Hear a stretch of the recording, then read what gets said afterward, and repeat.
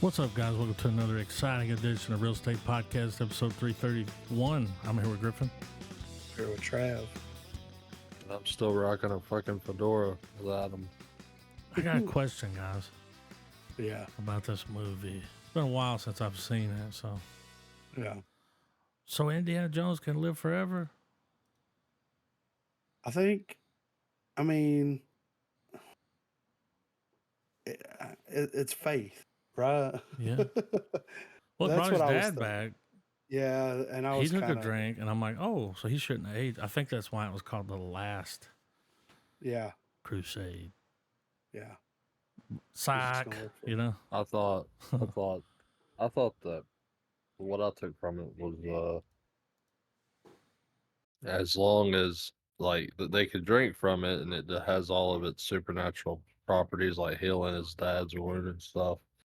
But as for the immortality, I thought it meant like You have to stay there. yeah, like Or when he that's took it past it, then you fucked it up. yeah, because it was the knight that looks at him. He's like, when he lays out the rules about the cup, he's like, that's the price for immortality. Yeah, you live forever, but you're stuck here. That would suck. Fuck Well, yeah, I have to get but a fiber connection out there, something like. yeah, right. You're streaming from the ruins of the the last crusade. Oh God. I watching this just reinforces my want of a fez. I want one of those fez hats. Yeah, I got a little hat that I wear while I work outside. It's kind of like an Indiana Jones hat. Yeah. It's one of those hats that you can put in water, Oh yeah. and it'll keep your head like 30 degrees cooler, which that's what it Yeah. claims. But I like wearing it. Kind of feel like Indiana Jones, you know. You're out there. I might cut the grass, you know. So I thought that the whole idea was like he said that they can't take the cup past the seal, right? Yeah, And that's what caused like the world to end there, basically. And I'm like, okay, so like Trav said, if you go past the seal, you leave there, no immortality. But at the same but time, his dad like should have died. exactly that's what I was fixing to Maybe it say. Like, healed him before they took it past. It's like, well, you can live, yeah, but you ain't gonna live forever. yeah, that's kind of Broke how the I rule. was. That's kind of how I was looking at it. It was like, I know we're pulling hairs here, but like, if the cup, if India took the cup, and his father had gotten shot just right outside the seal, obviously shit would have started falling apart. But if that didn't even wasn't a thing, yeah, it's like if he drank from the water or the cup, then it'd just be like taking water, yeah. which is weird because it makes you wonder: is it the cup that's really the power there, or is it the seal, just like full on power of God stuff, kind of like Raiders? I think it's a combination of the cup, the water, and the seal, and the night. They all got to be there. They all got to be there. It's like a whole thing. Hmm. Penitent man, dude. I will Penitent. say that I enjoyed this viewing a lot more at this point in my life than I did previous ones. I always love this movie. I mean, Like, it's part of the trilogy. They're all good, of course, but like this was always the weakest one for me. right. I get that. No, I always liked this one. This was my favorite one for the longest time because, like, I don't know, it just adds a little bit more depth to it. They they bring the father figure into it, and you kind of see a little bit of like Indiana Jones' early life and all that stuff kind of play out, why he is the way that he is, things like that. And then on top of that, you've got all the Nazi stuff. Right. Again. Well, And it yeah, definitely it went back to safer territory because now that we've got the original trilogy under our belt, Temple of Doom sticks out like a sore thumb, man. Yeah. And they combined the two. They were like Nazis and the Bible. Yeah, right. Let's Yeah. go again. Yeah. But the thing with the Nazis though is like they weren't even like other than the chick, betraying them and that whole encounter that they had with the Nazis and all that stuff. It's like it was just the dude that was more or less interested in everything that's going on. They were just she wanted the cup just to have the cup to live forever. Yeah. Like she didn't have any interest in like getting it back to Hitler or anything like that. So it's like they were involved, but they weren't involved. You know what I mean? Like, Well, there was a scene when they're trying to get when they're first trying to get to Petra or whatever that place is actually called. But it's where they're getting the horses and everything, yeah, and the order shows up and they're fighting the Nazis. So Indy and he takes advantage of the chaos to go get like horses and stuff. oh yeah, Um, it's either right before that or immediately after it. But there was a part where it's a car shot, like they're talking in the vehicle as they're moving along, and the guy in the back says it's the classic like you have no idea what type of power you're dealing with, like being all ominous and shit.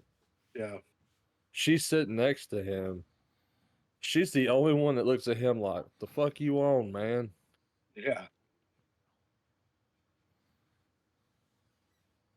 He says, "I'm going to get the horses." He goes, "Camels." He goes, "No camels, Yeah. horses." And it shows him show up, and Yeah, he's like got like 5 of 'em. 8 camels. Yeah, He's like, I it's said no camels. They're for my brother. yeah. We got to It's like, replace the car or whatever. Dude, I love Sala. Like, I'm glad they brought him back. The curator at the museum. dude, he was like, He, he said, there's no X marks the spot. We was yeah, talking to the class, and then like 20 minutes later, he's like, X marks the spot. yeah, right. And he does this Yeah. little, Harrison Ford, the side of the mouth. Yeah. Penitent man, penitent man. Yeah, man. And that fucking he's like Well, he's a oh, man of sorry. culture. He can blend in. He knows he knows 40 languages. He's like a chameleon. He can Yeah. blend in, and then it cuts to him, and he's like, "Does anyone here know English? Well, Yeah. Anyone?" uh, an interesting dynamic that I liked seeing was, the big father son beef they had going on was that, it was a classic daddy didn't love me, didn't give me time, that type of Yeah, trope. But all throughout the movie, they make like Sean Connery's performance as his father. There's always these moments where Indiana Jones will do some hardcore shit, and his father is in awe of him. Yeah. yeah, Like he's got that look about him that's like, oh shit, that's Proud. my kid. He's yeah, kicking ass, dude. He just threw this motherfucker out of Zeppelin, Like, No ticket. yeah, yeah. So I thought it was cool how the movie let the audience in on the fact that, yeah, obviously the father gave a shit about his kid, but like it was always good, to have that kind of like it's just well written, you know, get to peek into both. There's not just the whole thing. Well, which leads up to my next point, the whole mystery stuff, man. Like I've always loved in these three movies that like you get like an hour and a half of like we're going here, we're getting this thing, we have to go through these different challenges. Like here's the strategy, yeah, and then we get a good chunk of movie where we get to shut the fuck up and let them do it, and we get to see it play out, yeah, and I don't know. After revisiting these movies later in life, I have a greater appreciation of them for sure. yeah, And we get to see like why he dresses the way he does. yeah, The first time you watch this, when you see that guy sitting there, you're like, that's not Harrison Ford. Yeah. The fuck is that? And it's like, oh, here comes young Indy Well, I swooping think it in. was. Small I world, think. Dr. Jones. Oh yeah, that was. It's like, Well, damn, I I gotta was. take my shit back again, you know? I think it was Griffin last week that had made mention that isn't like so the way Temple of Doom was more like a prequel, It Hmm. was 1935. The and first one was this 36. and so this is sequel to this because it feels more like this is a better sequel to Raiders of the Lost Ark than Temple of Doom was. Yeah. Why didn't they just do them in order? I You know mean what I George mean? Lucas, bro. He Yeah. spits you in the middle of it, then he's like, "All right, let's back up. Let me do some explaining." Yeah, Yeah. I bet you're wondering how they got here. You yeah. know. Yeah. I'm not exactly sure, but I guess, I don't know. I guess the idea was like they didn't bring the chick over. They, but they didn't bring her over in Last Crusade either. Mm-mm. No, And it's I always a mean, different. and Harrison Ford banged that chick, and so did Sean Connery. Yes. Yes, she did. Yes. This is I You think shut up, Sean. 1938 yeah, when this takes place. I think Temple of Doom was obviously some like and I know we're just chewing the fat on it. I know that there's probably some DVD bonus feature somewhere that we get the fucking 100% explanation for it. But just at face value, Temple of Doom was like, okay, here's all right, Raiders did a good job. Let's go big as fuck. Let's go like as outrageous as we can. And it worked, but somebody in the writer room said, "Hold up, man. You're not cooking long enough. Like go big, but make the movie before it actually be relevant. Or at least the initial film, you know?" Yeah. Dude, whenever he got Hitler's autograph, That was I fucking said this hilarious, out dude. loud. I went, that belongs in a museum, Yeah. Right. especially in that book. Yeah. It does belong in a museum. I mean, I thought it was hilarious how they made his fucking handwriting so damn janky. it was pretty janky. I mean, I really enjoyed the way that I don't know how to put it. They made him the butt of the joke, Mm-hmm. but without diminishing the threat they posed to Indiana Jones in the story. You know, Yeah.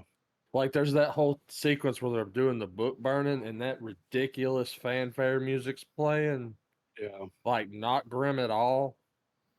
It's like, yeah, look at us. We're the dumb Nazis. We're throwing books on a fire. It's like that type of shit's going on. And I don't know, that was the moment where I was like, this movie's doing a good job of that little balance there, you know? Yeah.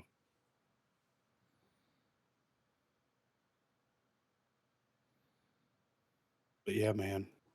Holy Grail. I mean, it's a nice little.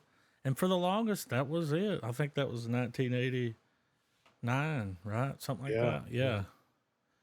And that was just that. You were like, you'll get no more Indiana Jones. You'll do nothing.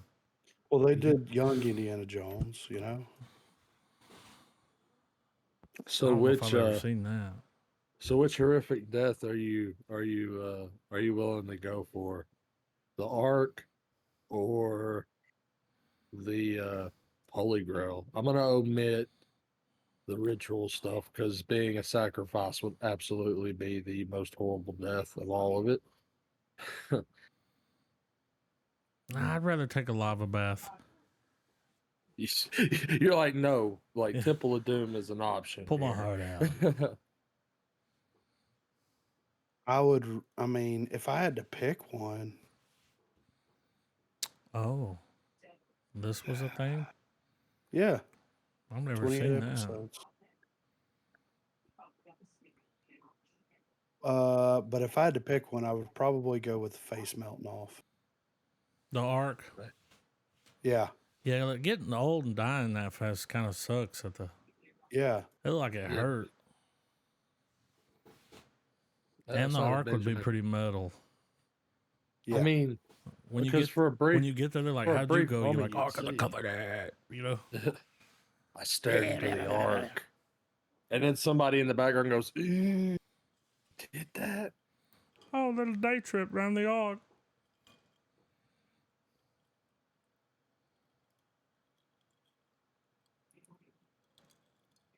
I don't. I don't know how I would or which. I mean, they because I feel like aging that fast and having your face melted off would probably elicit the same amount of agony. Yeah, I would imagine so. You would be engulfed in terror in either situation. I mean, is it really a tie? Was that really just like was that a redundant question? I guess, guys. I don't know. I mean, thinking about it, I would probably rather take the lava bath too, because I mean, at least it's going to be over instantly. Pretty quick. Yeah, Yeah. you're gonna pop like a Yeah. water balloon. I mean, if you live through the fucking ripping of the heart out, Oh yeah, of course. Yeah. You guys are both like, I choose the ritual. Yeah, I mean it's. I mean they're all fates worse than death. That's that's so funny. y'all know that was River Phoenix playing Indiana Jones, right? Yeah. That's wild. I think he was supposed to do Young Indiana Jones. Probably. So there's good ratings on here for these, by the way. I don't know. So the first one came out, the first episode, March the 4th, 1992. When did River Phoenix pass?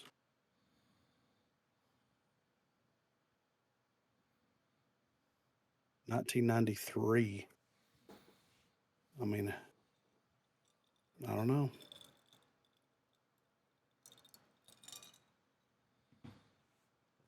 It worked though. He looked like a young Harrison Ford. Yeah. So,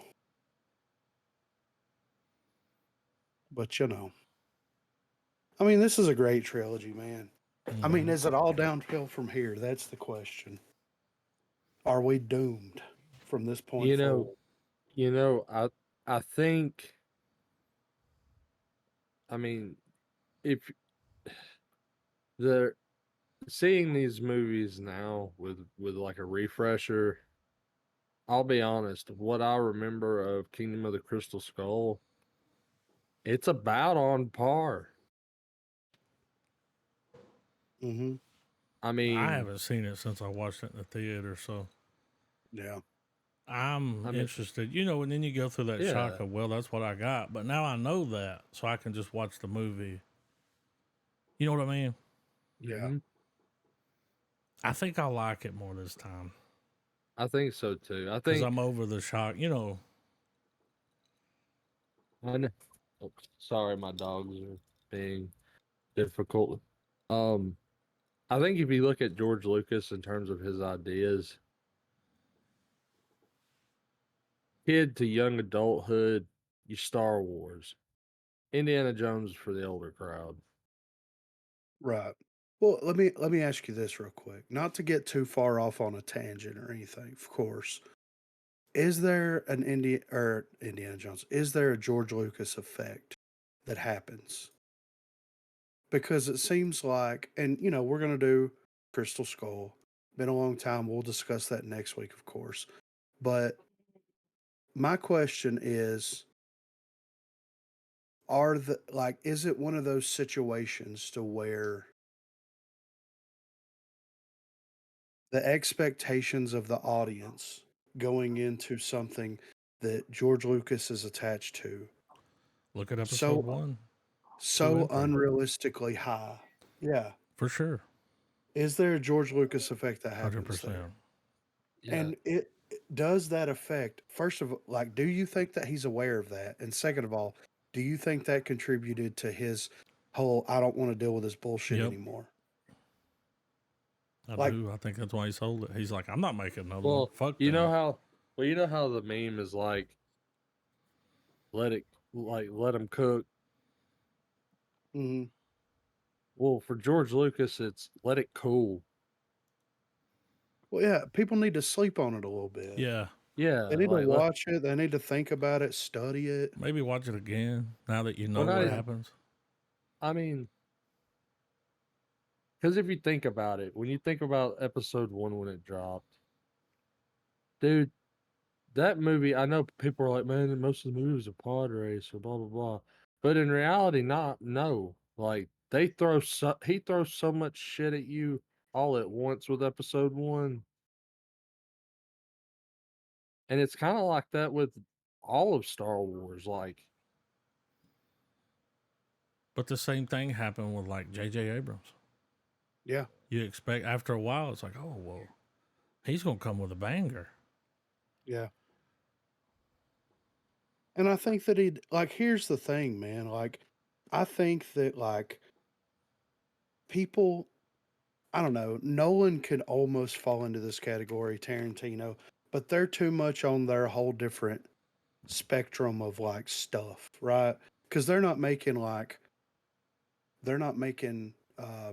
property that is, like, easily marketable. And I mean marketable in a way where it's like toys, video yeah. games, all that stuff. But like JJ falls into that category for sure.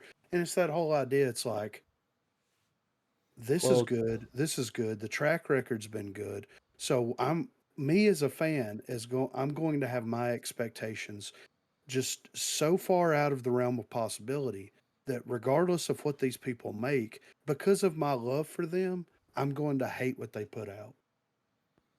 well, I think I think that's half of a larger like understanding. I think, man, because like while everything you said's absolutely right, the difference between J.J. Abrams and say George Lucas though is that Abrams has the task of not only writing but directing. One thing that we are overlooking big time is that these are all Spielberg flicks, dude. Yeah. And I think if it wasn't Steven Spielberg and his eye and his sense of direction, if any other director at the time took a crack at these movies, would not be probably anything in the realm of what we got. Yeah. Well, I agree with that because I mean, I think that Spielberg had such an understanding of because they both bonded and this whole idea came of their love of these classic serials.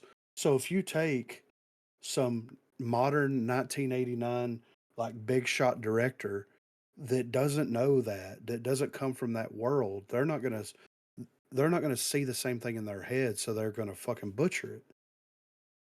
Like before you have Indiana Jones to look back at whenever you make this the last crusade, but like imagine going into Raiders. What do you have to look back on? 1930 cinema. Who the fuck in 1981 is watching 1930 serials? You know what I mean? Right? Absolutely, man. Especially since technology has progressed quite significantly. I can go on YouTube right now and watch all the 1930 serials that I want to. You couldn't do that back in 1981.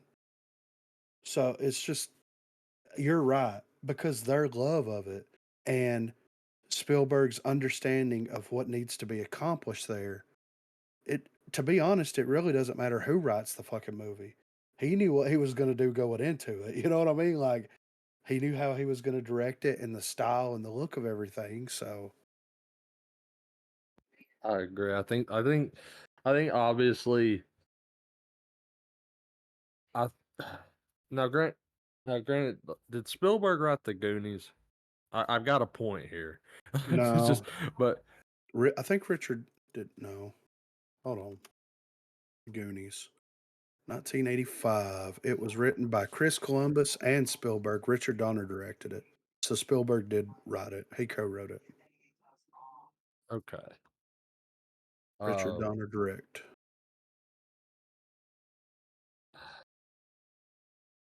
that I'm trying to remember who did Columbus help? I know we're going down a rabbit hole. Never mind. Axe that. um, but yeah, that's He wrote Gremlins and The Goonies, okay. Yeah, Young because Sherlock I Holmes. remember I remember us bringing that up. Yeah, yeah. Heartbreak Hotel, Gremlins 2, 9 Months, The Christmas Chronicles Part 2, Christmas with the Cranks. So, big Christmas guy, this guy. Yeah, but I mean, yeah. All in all, I know we kind of, we've really kind of, shined a lot of the light on George Lucas, but it's really Spielberg that's serving it up. Right. And I think that Spielberg at this point, like, is kind of Teflon, right? Yeah. I think even at the point of this movie being released Well, I in mean, this is Oh 89. yeah, back then for sure. So it's just like, what can you do? And Crystal Skull came out in 2008. And he doesn't direct the newest one. well, Yeah. like I guess the point I was trying to make about Lucas and the whole Goonies shit and everything was because you can tell that like because you had made the comment that anyone could have really wrote it and Spielberg could have shot you know shot out the knocked it out of the park. Yeah. But the campiness of some of the serialized influence parts were like the series of just whimsical events that go on. Yeah. Like that whole tank fight was ridiculous. Yeah. Like, and but yeah, like it'll have those moments where it would weave in and out of like whenever the humor was there, you could tell that was Lucas kind of being like, "Hey, Steven, could you do this?" Spielberg's Yeah. like, "I don't know." And he's like, "Please do it anyway."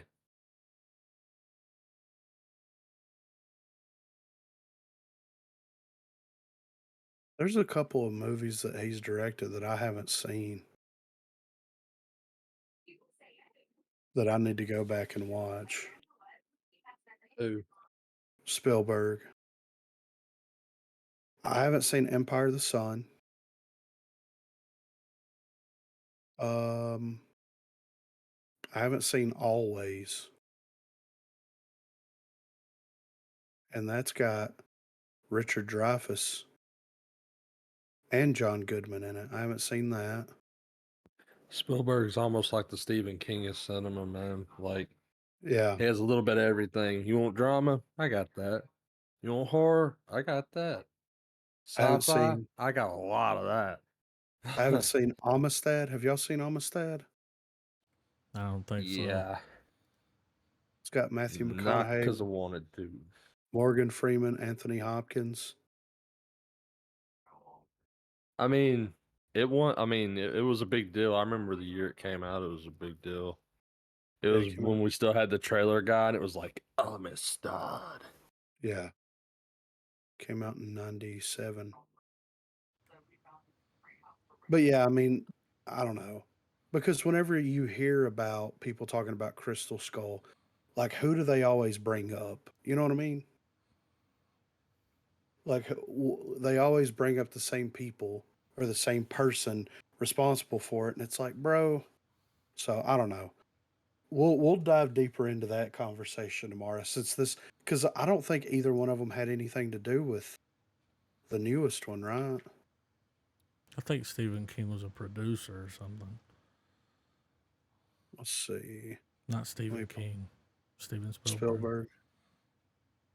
He's just like, I'll throw some money at it. Let me get this loaded up. If it'll, I don't know. Everything's run. Oh, okay. Something went wrong. Cool. All right, there we go. Directed by James Mangold, written by Jez Butterworth, John Henry Butterworth, and David Kemp. He's an executive producer on it. So the guy that directed Logan, Ford v Ferrari, The Wolverine, 310 to Yuma, Walk the Line, Identity, Girl Interrupted, directed Dial of Destiny. It did Copland too. So there's that. But anyway, I'm giving it a full star. Like I said, this was my favorite one for the longest time. It was their relationship. It was the relationship of Indiana Jones, his dad, that whole thing. You know, them bringing the Nazis back into it didn't hurt anything by any stretch of the imagination. And then it's the Holy Grail, you know? So I would have to say now, if I had to pick a favorite, it would of course be Raiders because, like, it's just such an iconic film, you know? Uh, Mm-hmm. but definitely giving it a full star. I loved it start to finish. We can split hairs about, you know, the seal and Indiana Jones living forever. we can do that all, you know. But Right. Full star. Same, man. Great movie. does it get the coveted real estate The Well, Holy Reel. it golden well, goblet? it's a fight between that and Monty Python. Ah, it's a Holy Reel. Ooh, yeah. Oh, okay, I'm saying okay. Da-na-na-na, looks like a reel da-na-na. shaped Yeah. like a goblet. I don't know. I mean, but listen, we've still got 2 to go, and as far as we're at right now, because while it may have that, it's working for the big prize, the coveted real estate bullwhip, Yeah, I mean, here's the thing the too. golden or the golden fedora. I mean, the first three movies, full star across the board on all three. Or, I mean, they're golden. Mm-hmm. If we watch the two newest one and we're like, these fucking suck, they're turds, like that, it's a three out of five. That's still pretty good. You know what I Yeah. mean? Like I mean, that's you're not wrong, man. still pretty good. So you know, but Ahsoka though, Mm-hmm. Ahsoka. What a cliffhanger. Yeah, I thought this was the last episode of the season.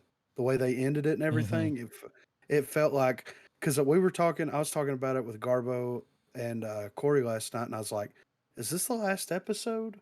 Because like the way they fucking wrapped everything up with a bow on top, it felt like it was the last episode, you know. So let's talk about this Anakin Force Ghost fucking Shadow Realm thing here for a second. Yeah. So this is kind of what I said last night when I was talking to Justin and Corey about it. And I was like, they should have had her stay there about 15 minutes longer. And they should have shown more of her and Anakin's relationship dynamic. Because what I was waiting for to happen was she shows up as like modern day older Ahsoka, and then she turns into Kid Ahsoka, right? And the rest of that time is played out with their interactions up until the very end of that happening. And I feel like they should have had her, unless this is going to be a reoccurring thing that's going to happen, they should have had her be the one that initiates the fight at the end. And unless they're planning on doing this again, they should have had her beat him, like beat him, like cut him down. I feel like she's dealing with so much trauma Yeah. that they really haven't touched on all that much. And she's dealing with this overwhelming guilt. She has guilt for leaving her master. She has guilt for leaving the Jedi Order, and she holds some guilt and some weight for the way that Anakin turned out to be. Right. So she's Yeah. got 3 heavy guilts she's dealing with here. And to me, like, that whole segment was her working through her guilt, unless like she came out of it as if she like overcame something, but did she really? Like, there wasn't really an overcoming moment there. Like, to me, her overcoming this guilt and living with the decisions that she made is her killing this idea of Anakin that she has in her head. I mean, it's very true. I think the reason why they opted not to show more, obviously, which I feel like you're onto something with recurring shit. Like I think it's gonna be that's how we're gonna get Hayden Christensen time. Right. But that trauma's fully detailed and fleshed out in Clone Wars. Like a good, I don't know, 2/3 of the story is Ahsoka and her come up as a Jedi and a Padawan under Anakin. And it's brutal. Like whenever you know how like in the movies there's always that classic like, all right, put on the helmet, you can't see the target, try to fucking block it with your saber with the force. That whole sequence, right? Yeah. Well, Anakin just like has her basically like hazed. Like it's more or less like 20 people with armed blasters just they're all set to stun, but dude, she just gets her ass beat Right. left and fucking right. And even though the target demographic is front and present with Clone Wars, one thing that show did really well was fleshing out just how much the Clone Wars fucked everything up. Yeah. And Right. I really from one of the best takeaways I liked from the episode was obviously the charge sequences. Yeah. Yeah, they were low production. We got a lot of fog and some dirt on the ground, but the way that like the Jedi would run with the soldiers and just cutting down shit, just fucking shit up, Yeah. like that. I mean, they kept it faithful to how it was depicted in Clone Wars. Right. And Um, I would recommend um not necessarily having to sit through all 7 seasons. I mean I did, and I didn't hate it, mhm, but I know on Disney Plus there is like Ahsoka centric episodes. There's little set playlists mhm. because there is Chuffa for of course, like it's started for like younger audiences, and it kind of matures along. Right. So the way like that first season you watch, you'll be like, "What the fuck am I about to sit through?" By the end, you're like, "I'm on board." Right. But just picking up some of the episodes about Ahsoka and some of the episodes that deal with the Siege of Mandalore and all of that, the Mandalorian centric stuff.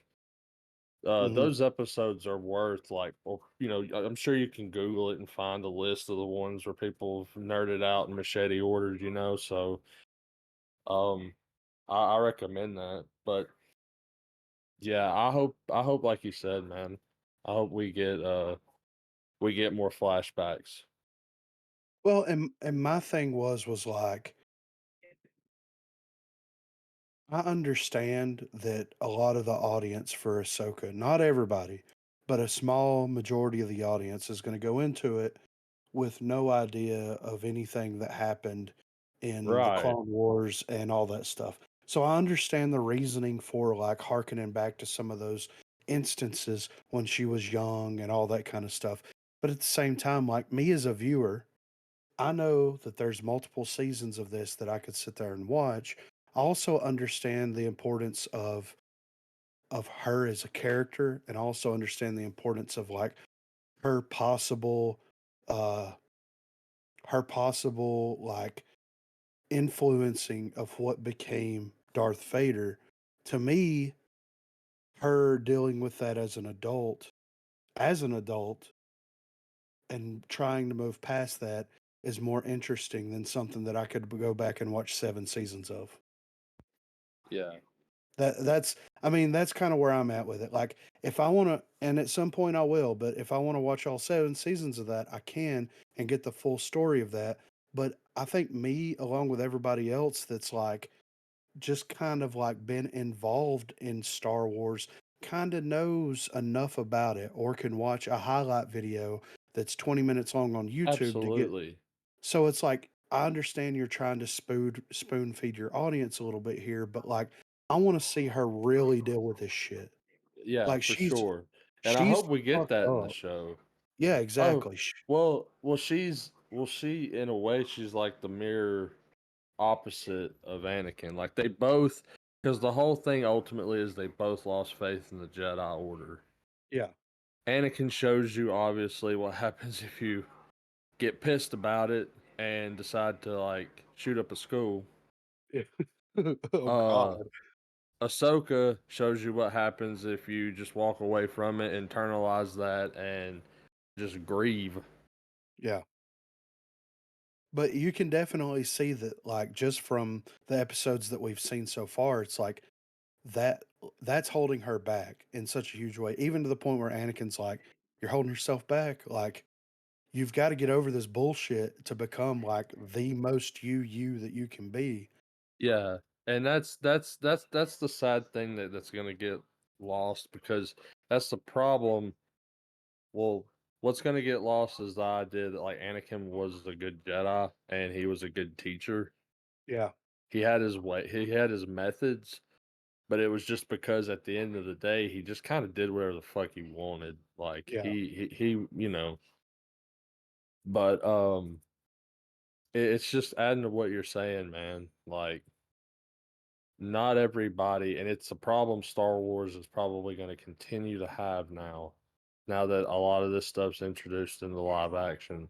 Because the beauty of the Mandalorian is that, yeah, we got a couple callbacks to Clone Wars that weren't that like, oh, you need to go do your homework. Like you got you know what the fuck is going on. yeah, And there's a lot of stuff in Ahsoka that's calling back to shit that not everybody has sat and was like, I'm gonna sit down and watch this animated show for 7 seasons. You know what I mean?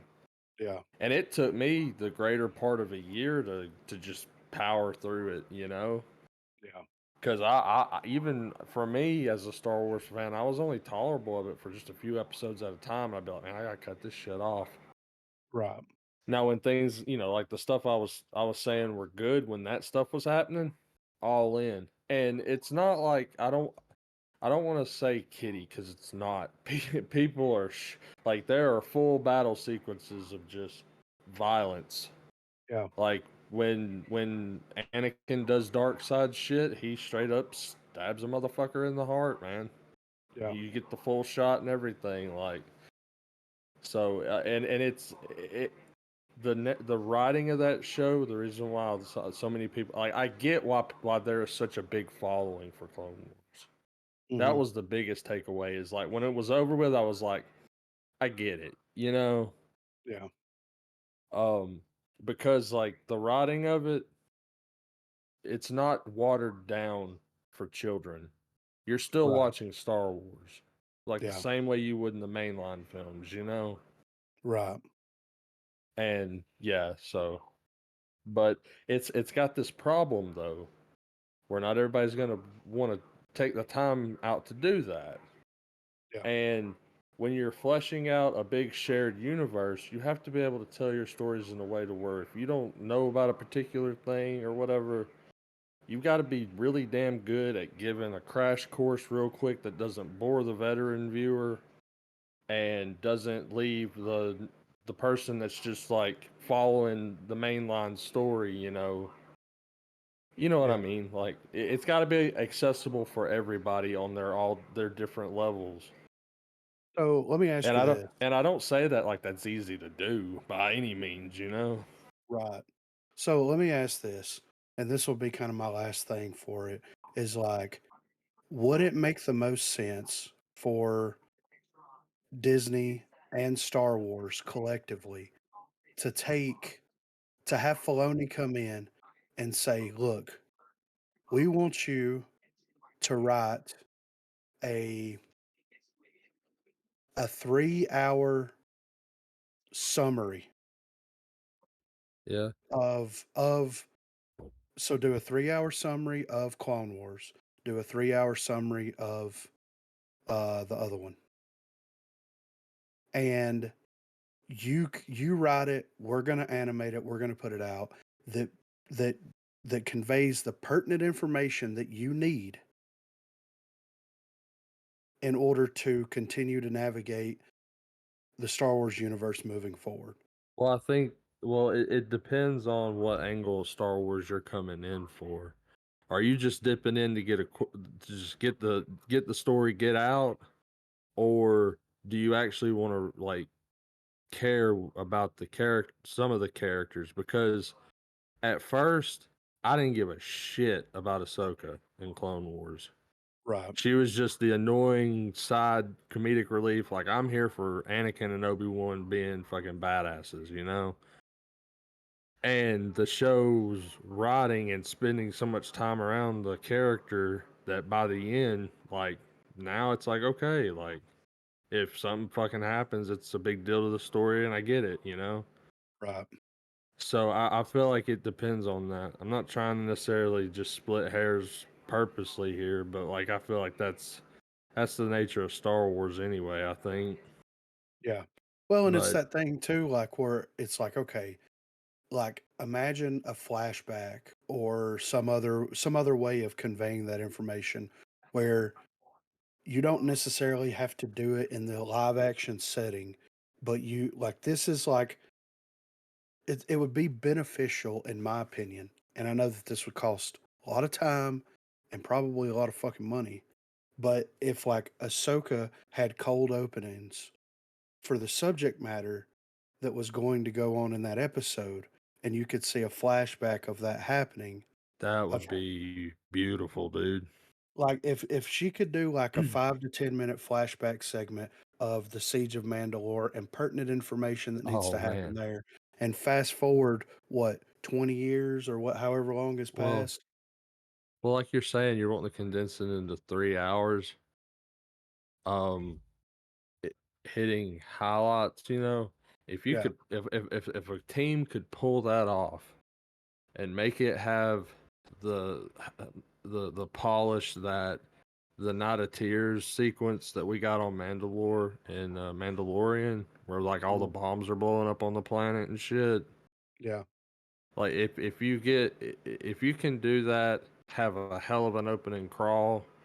I mean, you could. I mean, you're not gonna please everybody. I mean, clearly it's Star Wars, but I think that like I would say if they wanted to really be like, all right, you don't want to watch the animated show, fuck it. Here's some more employment for our team. You have one season, you kind of pull from just basic TV writing, but first thing example that comes to mind for me is some of the seasons of Doctor Who. yeah, Um, you have your season go along, get to about episode 4 or 5, we get it to where like there's a big cliffhanger, like oh crap, they kidnapped fucking dude or someone just got killed. What the hell's gonna happen next? And it's like, all right, time to simmer down and do some explaining, and have like 3 episodes tell you the Clone Wars, or at least the critical parts for Ahsoka, and then the next season do the Rebels catch up, because yeah, I mean, you know, you don't want to drag some of these stories on for too long, but you know, there's so much, there's such a lore dump and that occurs in Clone Wars that that show alone is going to be referenced. I mean, it's funny how the article you read a couple of years ago that was like, we're trying to get away from the Skywalker saga. We're already on like show what, 3 or 4. yeah, something like that.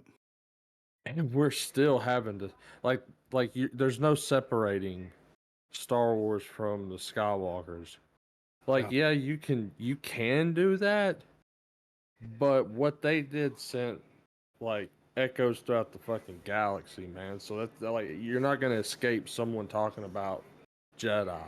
You're not gonna escape people that witness, like, because it's such a generational thing. If they don't know about Luke, they for fuck sure know about Vader.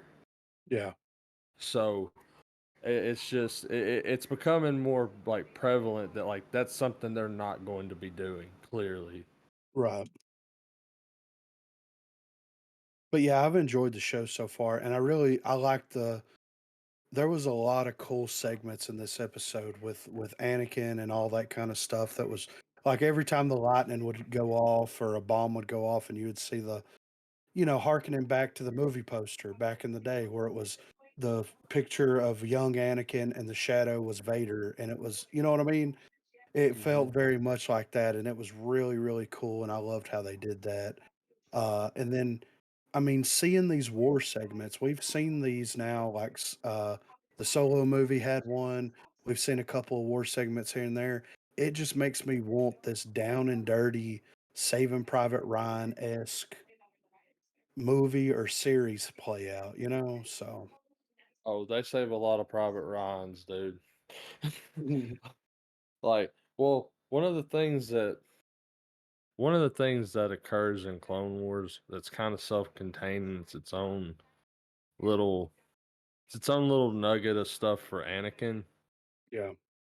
And I always thought it kind of created a bit of a plot hole. Like they end up on this planet and it's not a planet, it's like a space. It's like, yeah, it's just a thing there, and they show up and there's these three deities that are there. And they're like the Triforce of the Force, basically. One, Mm, one represents one type of emotion, one represents the other, and then there's this other one that's like, I'm over all of it.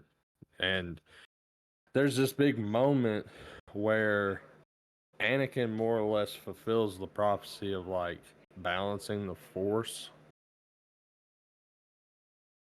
And I remember seeing it and I was always like, did that just more or less made Return of the Jedi pointless?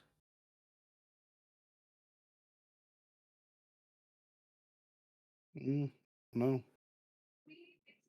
depends on perspective, I guess. A certain point of view. Yeah. No, but yeah. Yeah, I've been enjoying it a lot. Two more episodes we got left.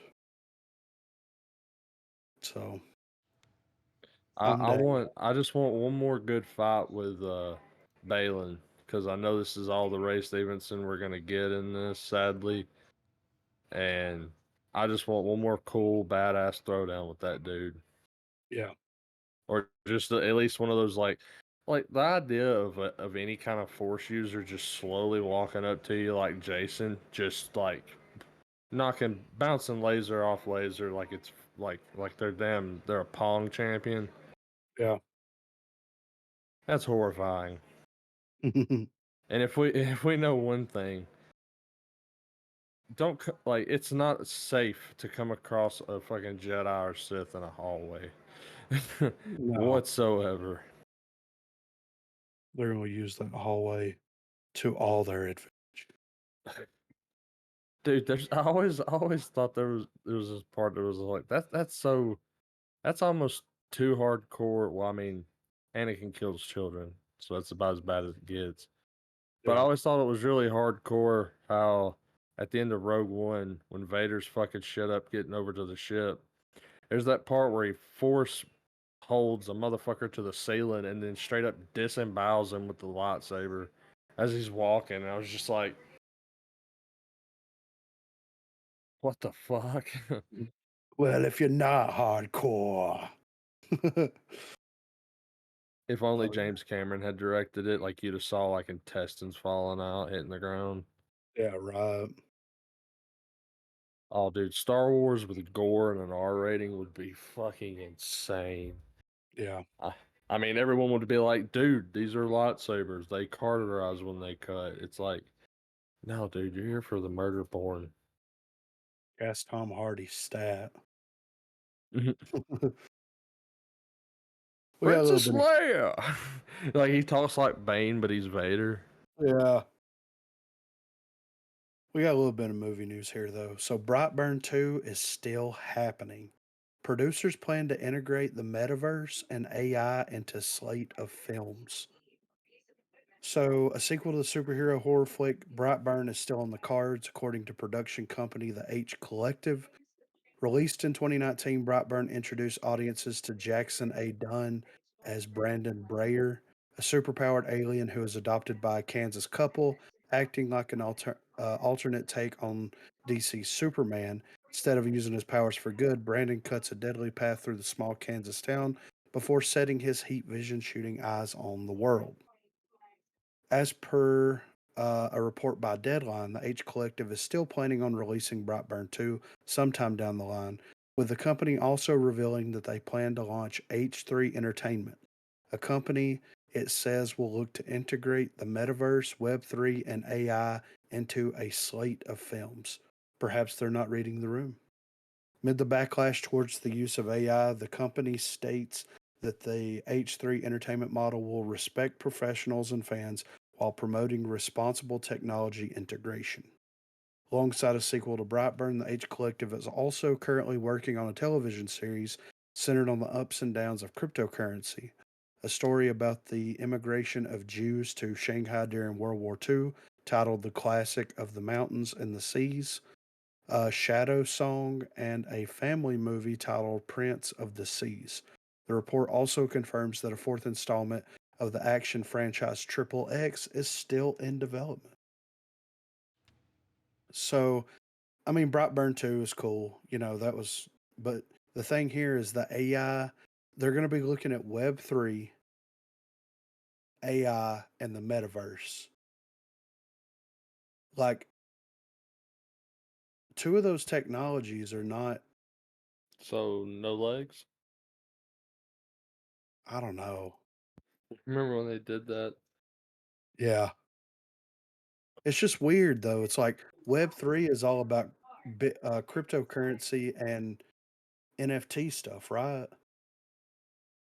Isn't that blockchain stuff, Web3?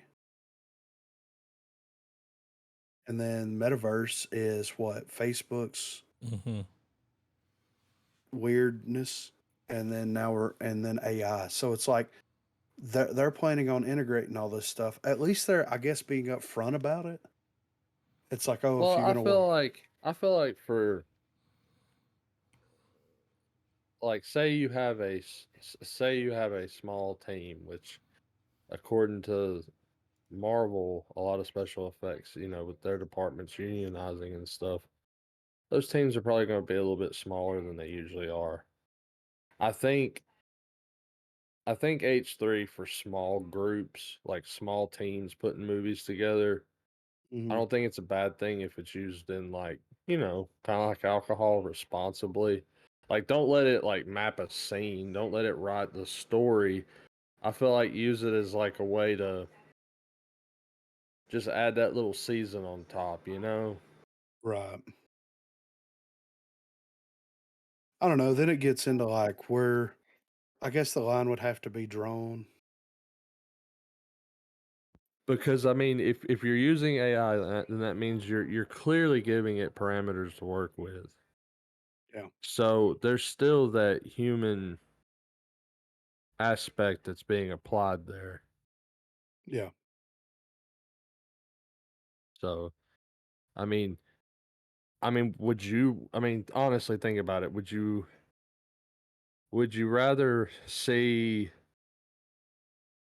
like say for instance for a comedy, like let's leave a art house type thing or a ultra indie project, you know, let's leave that out of this and apply it to comedy films. Would you rather see a movie where, say, some people go out and pick some mushrooms and eat them, and they have like the cliche tropes that kick in, right? Mhm. Or would you rather see the most psychedelic fucking thing you can possibly imagine for just like 1 or 2 minutes? Using AI, something that would Well, otherwise take like a really long time to render. yeah. No, I mean, I don't know. It's just one of those situations where it's like, where, like, the line's gonna have to be drawn, of course. And it's not going to be straight. Well, no, of course not. But like the Hollywood, the Writers Guild and everybody like that needs to understand that like this technology is not going to go away. Like it's going to be used in some capacity. It's just like Well, like you with or said with the without you. yeah, like you said with the rider strike, if that continues to be a thing, because it seems like there's no sign of it stops like slowing down. The last update I saw on it, do y'all know anything on that? They haven't released anything on it. Well, with that being said, if it's still being drug out indefinitely, I mean, this is gonna be filling the gaps for our entertainment, whether we like it or not. Yeah. It's just crazy that a studio's double downing on everything. Like even during all this stuff, they're like, "No, we're using it, and y'all are just going to deal with the shit." Well, they know that they've got the revenue to bleed, and they know that the worker doesn't. Yeah, So they're waiting for these people to start like hitting their ideals of like, man, I'm rock bottom. I'm yeah, I'm not eating at a 5-star restaurant tonight. I'm eating at a 2. Like, yeah. which not even that, because a lot of riders really don't get paid a whole lot. And I think it's like, I mean, unless you're covered by organization like SAG, you're only paid by the scripts you produce, right? Like you're not guaranteed like money regardless. Well, I mean, that's why you've got a writer's room of 45 people contributing one line apiece. Everybody's getting paid. Do you really need that? Like, that's,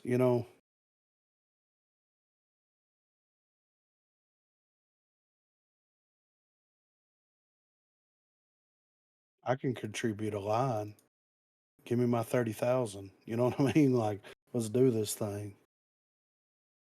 Like I could understand inevitably not a 45 person, I guess. I don't, or maybe I'm just naive and I don't understand exactly what it takes to pull some of these types of stories off.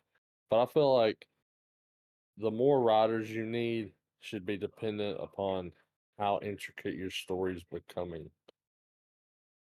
Well, I don't know if I agree with that because look at like Tenet and Interstellar. Well, I mean in long format, not necessarily in film. Yeah, but even in long format, I mean, how many people wrote Breaking Bad? Well, how many Well, I people mean, wrote Lost? well, for, s- there was I a mean, what? lot of people that wrote Lost. They Let's got see. and Lost was actually going to be one of my prime examples because I mean, you would need a team if you're working on a show that's heavily, you know, you're trying to get it done, all that stuff. I just feel like being able to contain all the details and continuity, going from like a 2 or 3 man writing team to like upwards to 10 if you're on like season 8 or 9 of something. Or just, I mean, once again, just if the demand, needs something like that. If it's not necessarily some sort of linear story. Yeah. But all of the things that you mentioned though, I think what it does though is by having the writing teams, it does make watching movies like that and shows with 1 or 2 writers and sometimes just one.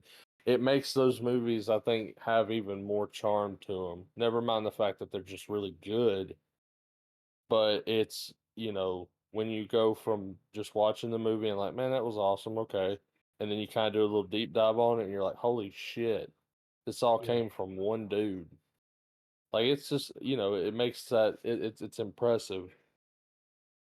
Well, I'm on the Lost Wiki here, Lostpedia, the Lost Encyclopedia. And for the first season of Lost, there was 1, 2, 3, 4, 5, 6, 7, 8, 9, 10, 15 people that was part of the writers team. And then you have 1, 2, 3, 4, 5, 6, 7. So half of those people wrote one episode or co-wrote one episode. So you got 7 people working on 22 episodes. That makes sense. If you go down to season 2, you got 1, 2, 3, 4, 5, 6, 7, 8, 9, 10, 11, 12. And then you have 2 people. So you got 10 people part of that writer's team that co wrote one episode. See, I mean, and that's what I mean. Like, not now, because like I agree with you. I don't think it should be like, I don't know, 40 to 50 people. Like that is stupid. But I think slowly having a little more increments here and there, especially, but that's the thing though. Lost is almost its own beast, you know. Yeah. So, and as they went on, the writers got less and less.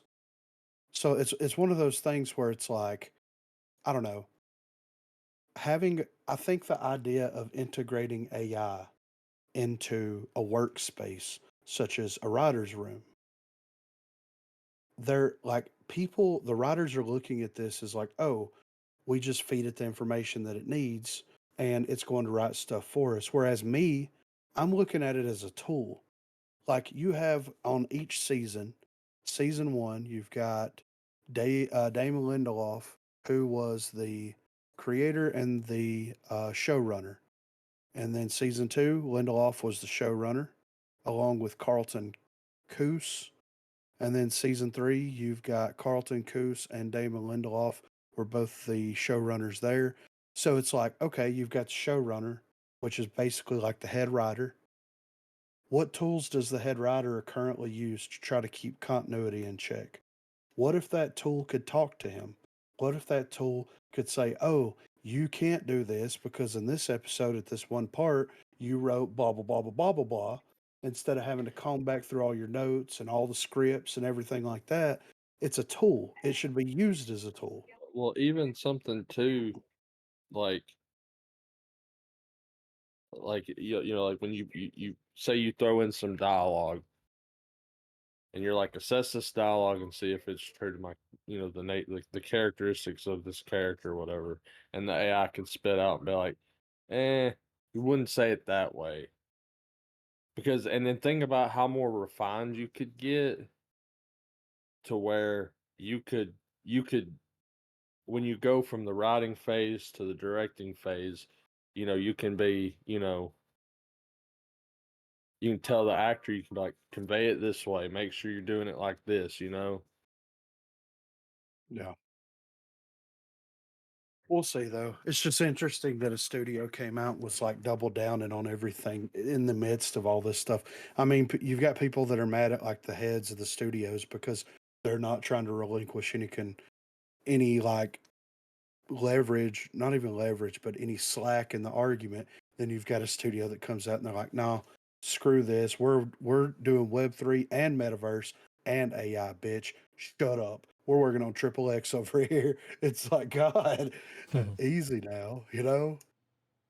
So, but Martin Scorsese says his Jesus movie won't be a straight narrative and the director will star in it. So, Martin Scorsese has left his mark on Hollywood as a filmmaker, and he still has plenty of stories he wants to tell. Among them, a new adaptation of the life of Jesus Christ, and it will probably be very different from what he did with The Last Temptation of Christ. As the release of Killers of the Flower Moon approaches, his next film after releasing The Irishman 2019 with Netflix, the filmmaker is already thinking about his next big project in which he will explore one of the most important figures in the history of humanity. With his 1988 film The Last Temptation of Christ starring Willem Dafoe, Scorsese was widely criticized. And although with the passing of time the movie earned a better reception among audiences, it is not considered one of his best productions. For this reason, the director will try to bring the story of Jesus Christ to the big screen once again with a project that will not be very conventional. In an interview with Time magazine, Scorsese offered new details about his next film. I don't know what it's going to be exactly. I don't know what you'd call it. It wouldn't be a straight narrative, but there would be stage scenes, and I'd be in it. The filmmaker also revealed that the story will explore ideas similar to those he shared in Silence, 2016 movie starring Liam Neeson and Andrew Garfield and Adam Driver. The story is set in the 17th century and follows two Jesuits who travel to Asia to save their mentor who has lost his faith. The big news about his next film, however, is that Scorsese will appear in front of the cameras. Although the director has participated in several of his projects as an actor, it was always in very small roles, the vast majority without any type of dialogue or action, and simply a commemorative cameo. Since the interview highlights his appearance in the new film, it is likely to be a larger role, something which is quite unexpected. Do you think it's going to be like the life and times of Jesus through Scorsese's perspective? It'd be funny if Scorsese's playing him, Play a Jesus, it's like, little oh Italian God. Jesus. Yeah. Where's the gobble go? Yeah. So, and of course, there's also another Jesus movie that is currently in the Yeah. works. Mel Gibson is going to be doing his follow up to Passion of the Christ. Did you see what he described it as? It's in that article Yes. under. Yeah, I see this. It says And earlier this year, it was announced with the continuation titled Resurrection would start shooting in January 2024. Jim Caviezel, who starred in the original film as Jesus Christ, is expected to reprise his role in the new movie, which Gibson has declared as a quote unquote acid trip. I'm down. Okay. Yeah, like what are we doing over Dude, here? Caviezel, he's like, will you come back again and play Jesus? He's like, I never stopped, brother. And he Yeah, puts his yeah, arm on his right. shoulder. Yeah. It's like it's gonna make Aronofsky's fountain sequences in the tree look like nothing. Yeah, right. It's gonna be And an episode of Paw Patrol. I mean, if it's going to be like that, I might go to the theaters and watch this one. You know what I mean? Like, I'm going to see that in IMAX.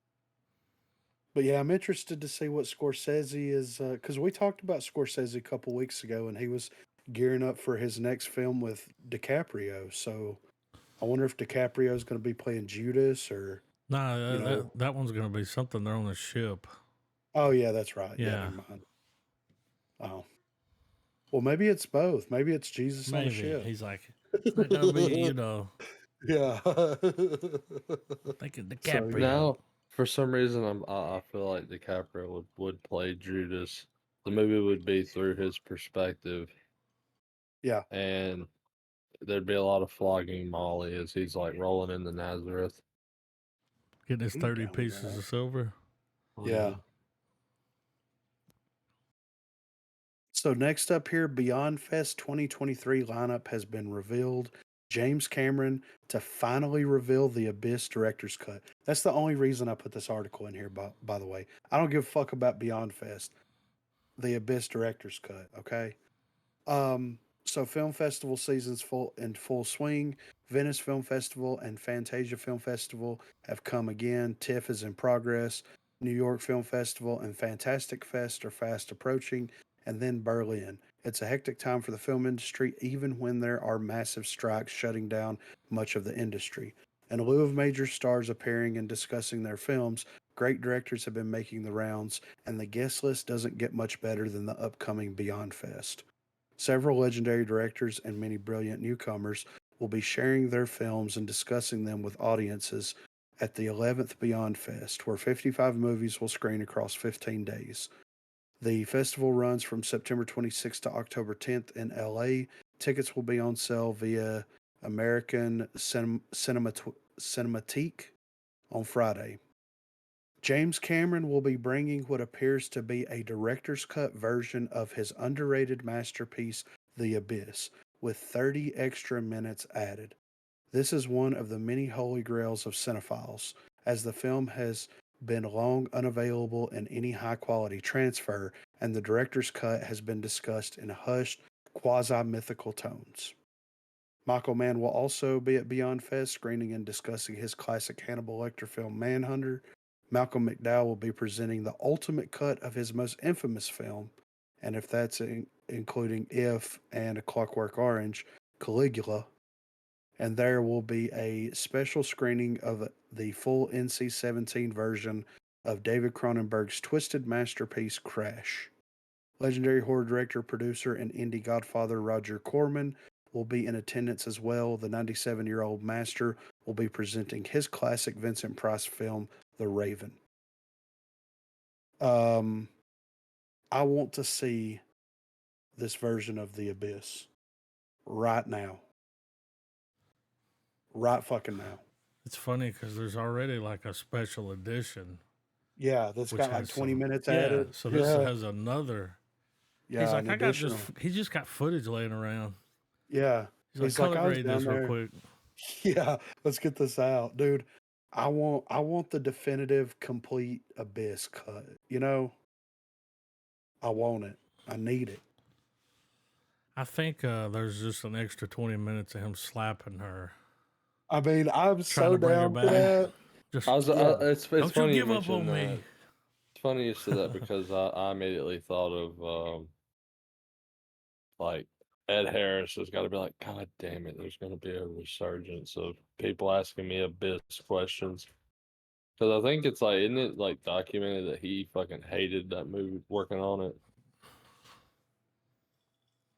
I don't know. Fuck him. Like I think That's a after that good movie, he movie. was like, it's fantastic. But I think when that movie was over with, I Oh, think it he was was like, terrible to work on. Yeah, I've heard him say yeah, that. Oh yeah, all he of was them. he was like, fuck Cameron after that. But it's The Abyss, though. It is Yeah. one of the most underrated films of all time. I I will say mean, it's that. aliens in the ocean, bro. Yeah. It's Avatar before he made Avatar. Yeah. Basically. So I'm hoping they release that like a special Blu-ray cut. Dude, that sequence where Harris is he just keeps going like he's just descending further and further and further, and you're just like, oh, like it's such a claustrophobic movie. Oh yeah. Yeah. Love it. Next up here, Star Wars Lucasfilm confirms Donald Glover's Lando series is being developed into a movie. Hold on. I gotta sneeze. Excuse me. Han Solo's scoundrel of a friend is setting a course for the big screen. Yes, it is official. And it's been quite the wait for fans since Star Wars dropped the news in December 2020.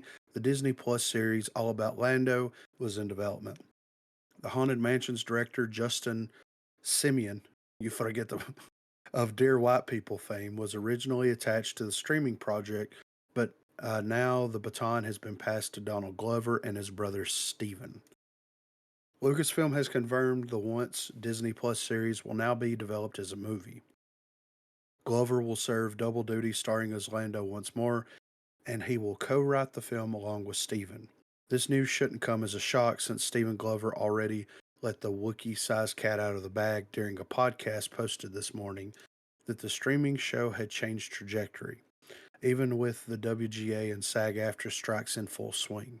Steven Glover said during the Pablo Torre Finds Out podcast, we're doing, it's not even a show. I'm sure like the nerds will figure it out anyway. Like they'll read my lips of something. No, the idea right now is to do a movie. You know, that's the thing right now because of the strike. It's kind of like telephone, all the information, like coming up, jokes with the host about him being an information broker. Yes, you got to pretend like you just got a text. I'm hearing my sources are telling me. So they're turning Lando into a, which may, okay, it makes sense because Star Wars really has nothing, they have nothing to release theatrically. Yeah. So we're going to get the Ray follow up.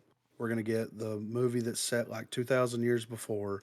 We're going to get this and the a Taika Waititi movie, but none of those are filming. None of you know what I mean? Like Mm-hmm. none of those are anything. So like, yeah, makes They did sense though. Atlanta together. Steven and Mm-hmm. Donald. Brothers. I It's mean, you funny know, that that's why um, the Han Solo movie, that was the whole controversy around it. And here we are. yeah, The character that everybody got mad about is getting his own movie. yeah, right, Justice for Han. yeah. I hope they bring that guy back as Han. I mean, do you think that they'll have anything to do with Han Solo in it? Well, this would be a prime opportunity to flesh out the Solo's ending with Mm. Emilia Clarke and Darth Maul and all of that. Yeah,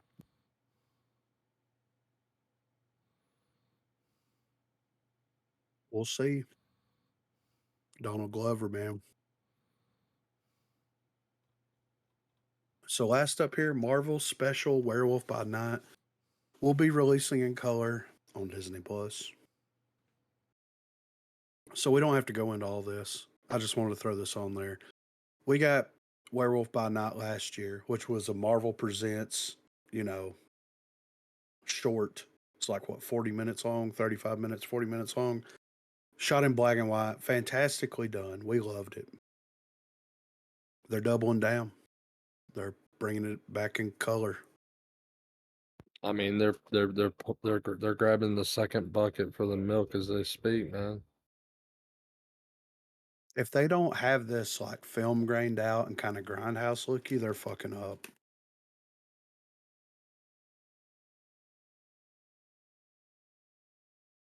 At least in my opinion. Well, I will add when you look at the photos, Yeah, so it looks, so we know they shot this in color yeah, and then just did everything later. Well, it looks like they're trying to do, you know, when they take an old black and white movie and they colorize it? yeah. That's what it looks like.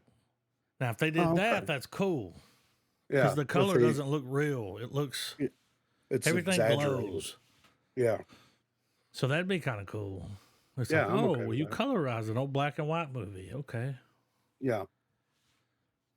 Now I wonder because I didn't see anything in this article here, but like we've seen Werewolf by Night, right? Mm-hmm. Is there going to be more than just it being in color that's going to draw us in? Are they going to have some extended cuts, extended scenes? You know what I mean? Like, Yeah. Well, yeah, like will we get more? Will we? Yeah, is there some sort of extra little chunk of footage we're gonna get that's yeah, gonna because it's gonna Oh, it's yeah, it gonna says that continue here. At the it's gonna bottom, it says continue it's to. going to reveal some more stuff. So I wonder if we're gonna get the natural portals, all of that I hope so. to tie into the multiverse. So Ghost Rider shows up at the end. It's like, what the fuck? It's Nick Cage. they they slipstream into the next Men universe or something. Oh no, they're not gonna do that. They're gonna Yeah, waste that on fucking Werewolf by Night. that would be But awful. that's cool that it's confirmed that there's at least incentive to watch it. Yeah, I mean, I was going to check it out Oh, yeah. regardless, but Well, I feel like still, though, like one of the coolest things about it is they go full Schindler's List, man. It's black and white except for the bloodstone. Mm-hmm. yeah, And the effect that that stone had was really fucking cool with the black and white backdrop. yeah, Like I it like it. kind of enhanced the whole like it's not from this world type of Yeah.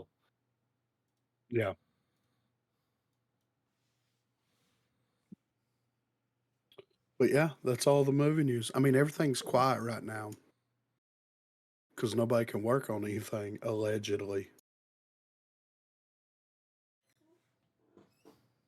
You can't sit there and say that Donald Glover's not working on writing the damn Yeah. Lando He's like, script fuck them right now. kids. Yeah, we getting paid, I, bitch. I totally thought you were about to be like, he's sitting over there just writing the damn thing.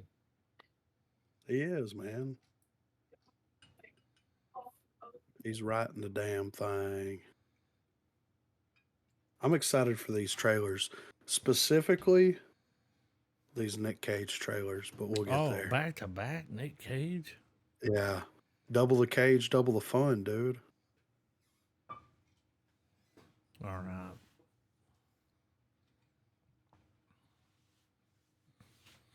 You guys ready?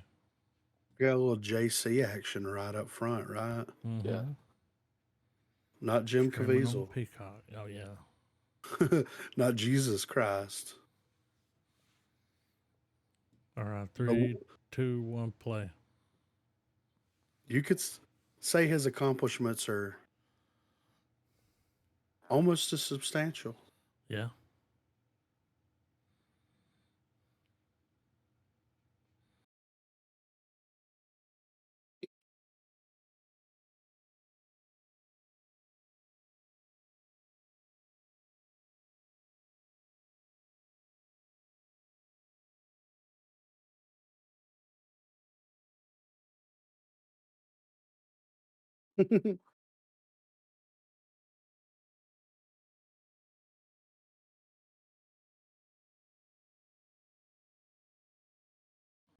So it's like a documentary when they do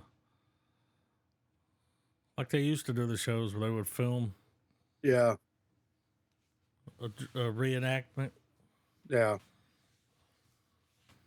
All right.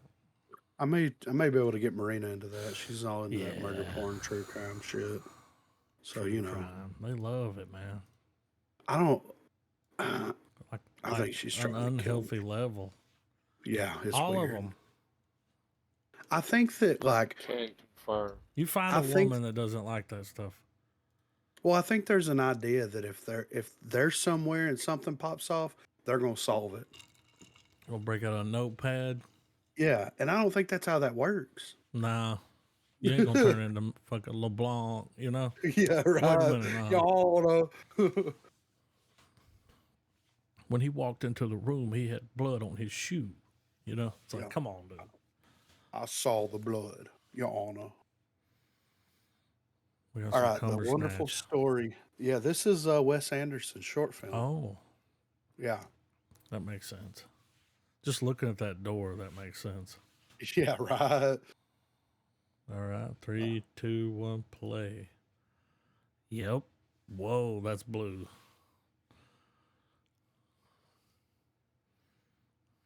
Mm-hmm.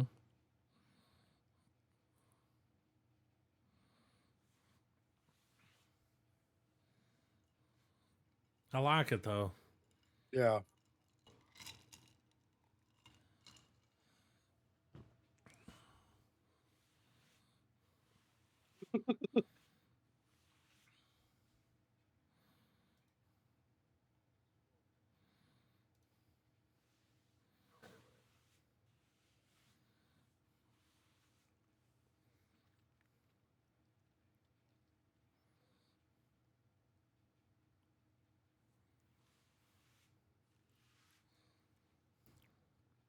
It is interesting. Look who's there. Oh,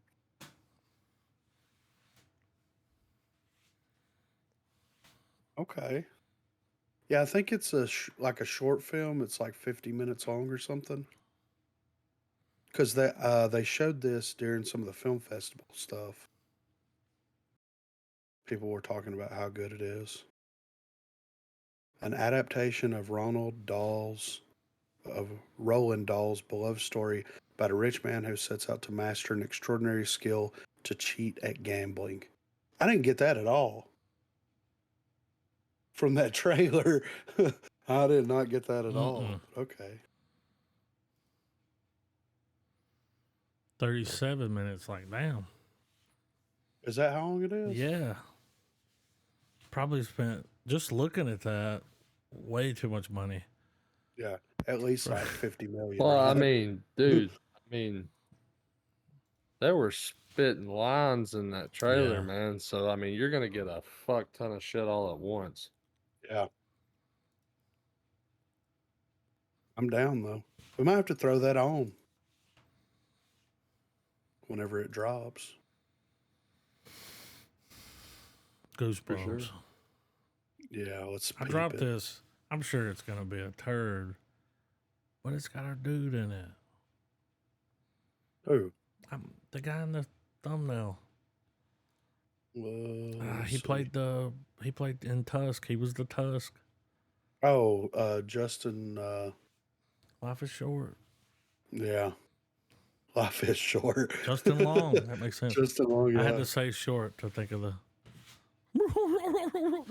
All right. I'm sure it's gonna be terrible, but looks like Maine. All right, 3, Yeah. 2, 1, play.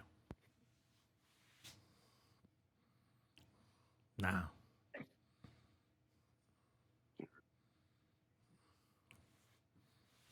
The old haunted house.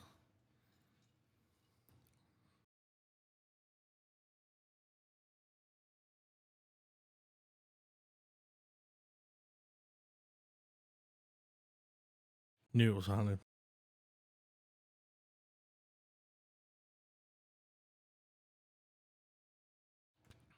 It is funny.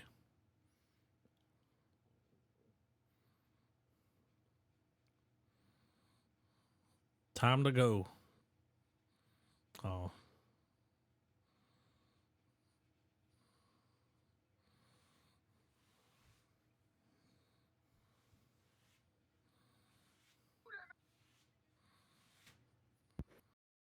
They're adapting Say Cheese and Die. I think so.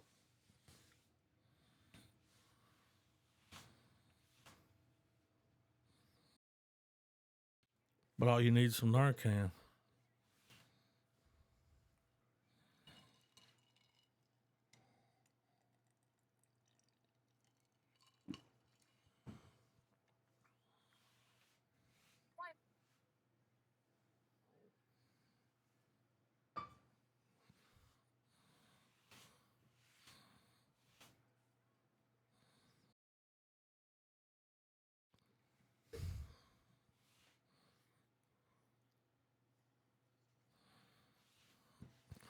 Oh, it's a series. Oh.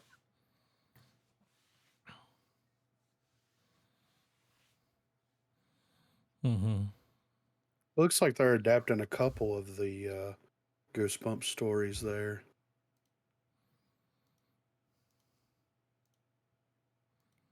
I love how the faculty's popping up in my suggested videos, and I'm over here like I could probably watch that before I go to bed Dude. tonight. I love the faculty. It's one of my favorites. Well, I mean, we're talking about ham and scrambled eggs now. Oh shit. Okay.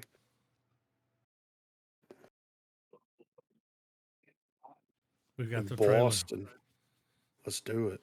We got the trailer for Frasier. All right, 3, 2, 1, play.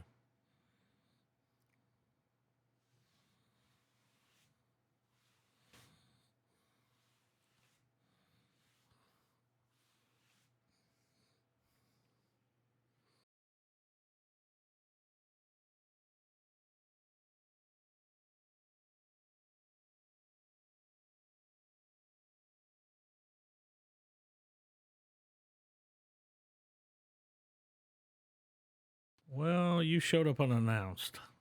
That's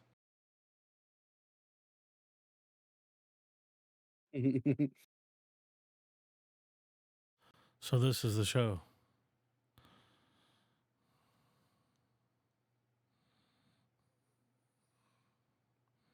Past him.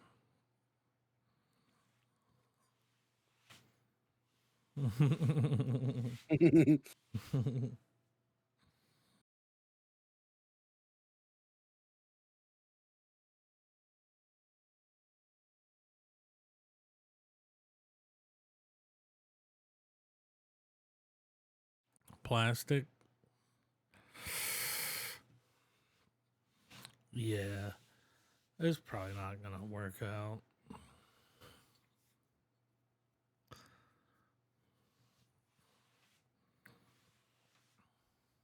Yeah. So he's going to be playing the dad. Cool. Why David Hyde Pierce won't be returning as Niles in the Frasier revival. Good That's a God video knows. here. Probably wasn't paying. Well, he's gone to a different city. I don't know. It ain't gonna work out. You know, Frasier was big back in the day. Yeah. I mean, you didn't have all these options. You just had to watch what was on. Great show. Well, it's one of those things where it's like if you're going to bring it back, cool, do that. Bring it back. Do a movie. You know what I mean? Yeah. Do 6 episodes and call it a day. Yeah, this Like, ain't Frasier. yeah, people want to revisit those characters, but they don't. They want to do it for a very limited amount of time. Yeah. They're trying to set up another show Yeah. and then just let the sun. Yeah. It's like, nah, we're not following Frasier, the firefighter in Boston. Yeah, get this fucking mook out of But here. there's not going to be any Niles. No. The dad, No. the maid, nobody. He's the dad. Well, there's no Roz. Yeah. Get out of here. I mean, that's, with all these series they bring back, it's like, dude, even with Arrested Development, Yeah. I haven't even watched the last season of Arrested Development yet, right? But it's one of those things where it's like those first 3 seasons were so fucking good. You didn't have to see it. I didn't have to see it. It was nice to Yeah. revisit those characters again. But like, did I really need like 3 or 4 seasons of it? Not particularly, I don't know, it's weird. But anyway. Imperatus. Tom Sizemore. This must have been the last thing he was. Yeah. I mean, Okay. he died, right? I think so. I think so. All right. 3, 2, 1, play. Yep. They're March calling the 3rd. again.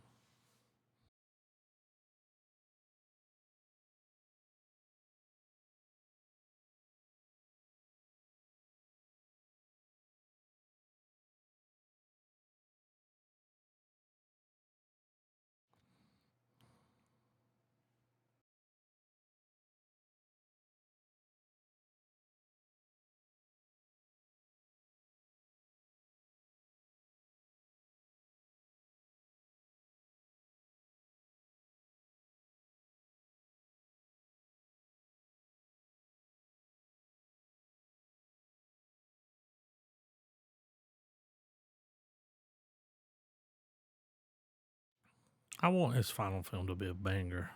Yeah. The quality's there.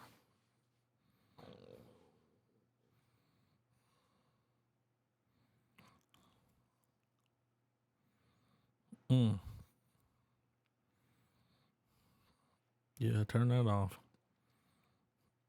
Now, why does he have built-in reverb? I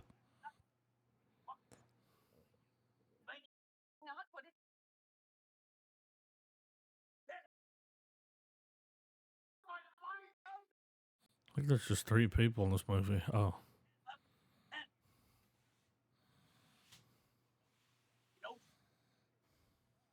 Whoa.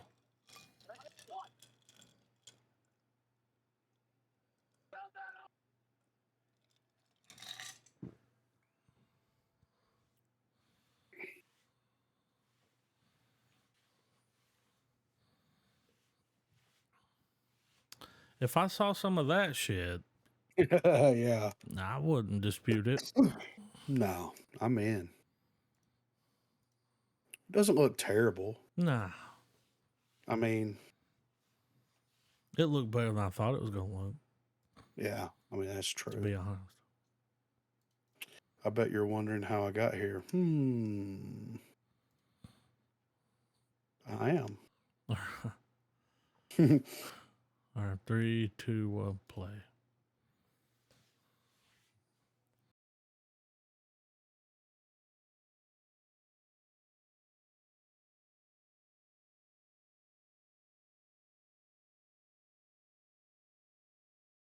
Remember that scene where he put the music on? Yeah. Was that Nathan Barley? It kind of looks like him, right? Well, there's a scene where Noel Fielding is driving a car and he puts this music on. He starts dancing. Oh, Oh yeah, yeah, yeah.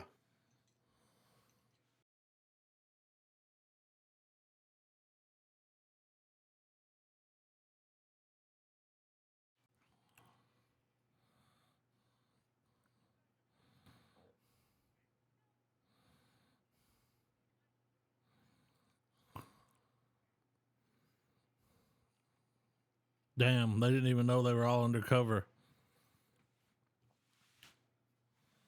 So they're all trying to bust someone. Yeah.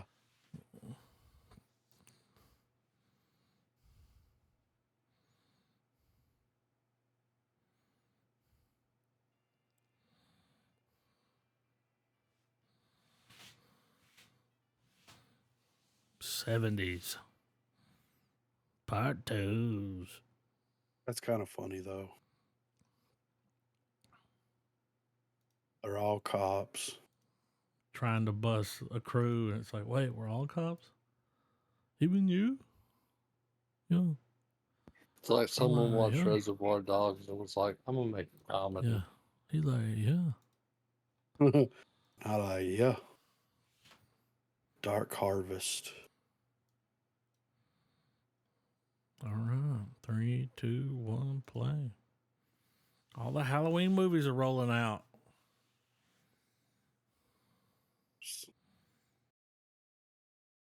Uh-huh.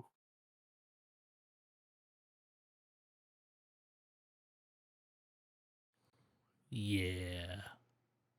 Sawtooth Jack. Stories. Analogy. That just die. Okay. Misfits.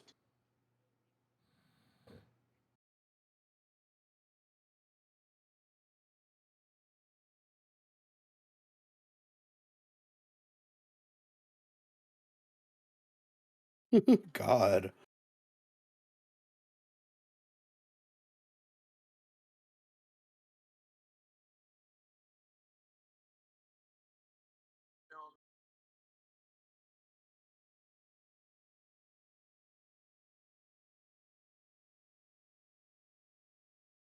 Did I say David Spade? David Slade. Oh, I was like,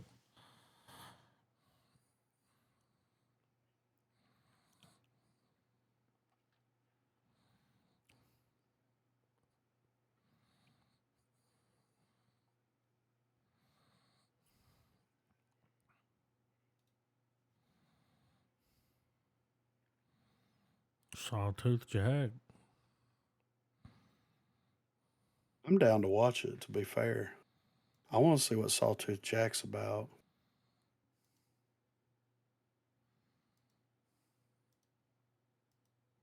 Calling it now, he's a Pumpkinhead ripoff. Yeah, right. Folks is calling Pumpkinhead. Who's this Pumpkinhead? Some bitch.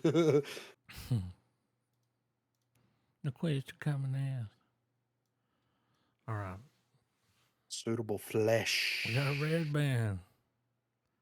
Oh. We got a fucking Brian Red Band trailer. Oh, okay. All right. 3, 2, 1, play. Oh, the trailer guy. Eat me.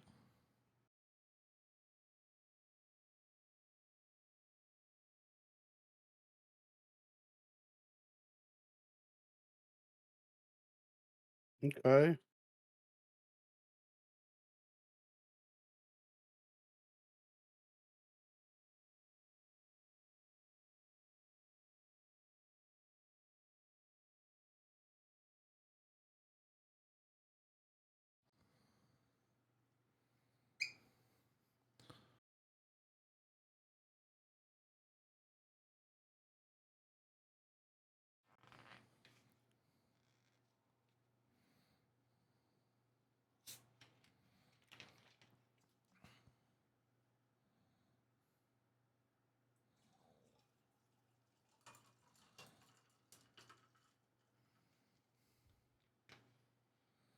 It changed bodies.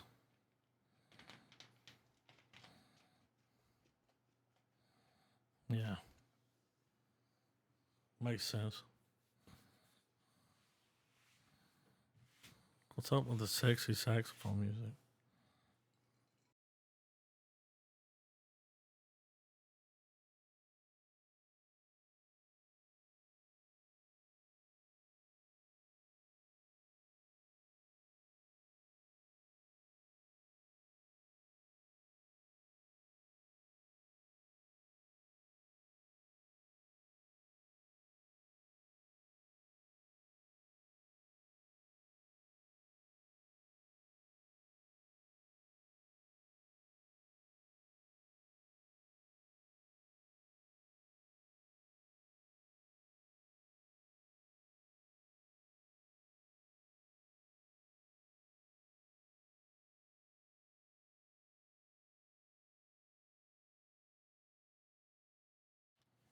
I mean, to be fair, I'm kind of down to watch That's that. wild, ain't it?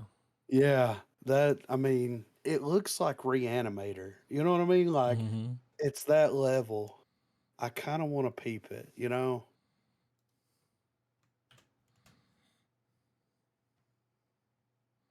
And her, Going she's still swing. very pretty. Very pretty. Fucking right, dude. Fucking Saw X trailer, dude. We get to see the new trap. Okay. This is the best part. Best part of the trap. Yeah. All right, let's do it. Some kind of eye trap. Yeah, it's the eyeball trap. It's gonna fill up with like fucking acid or some shit. Yeah. You know, some stupid shit like rats are gonna eat the eyes out. I can't wait. Yeah, All right. I'm ready. 3, 2, 1, play. Kill them all. Here we go. You want to play a game? Or it's vacuum. Oh.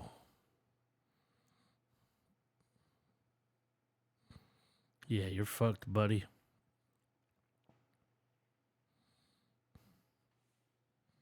Mm-hmm. I think that's a vacuum.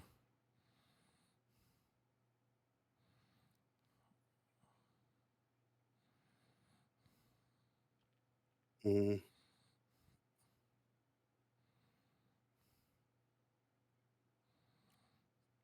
Yeah, it's a shop vac.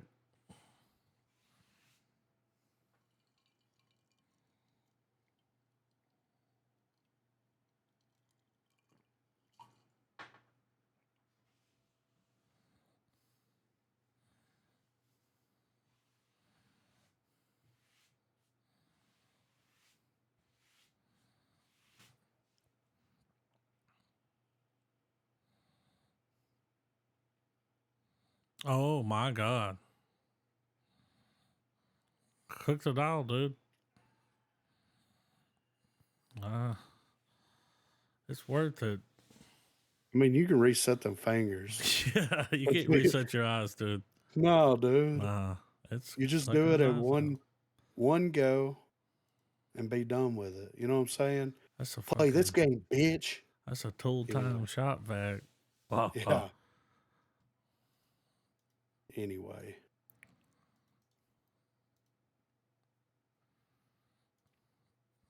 Divinity.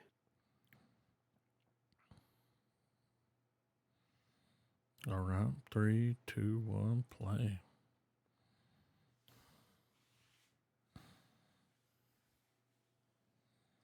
Mm-hmm.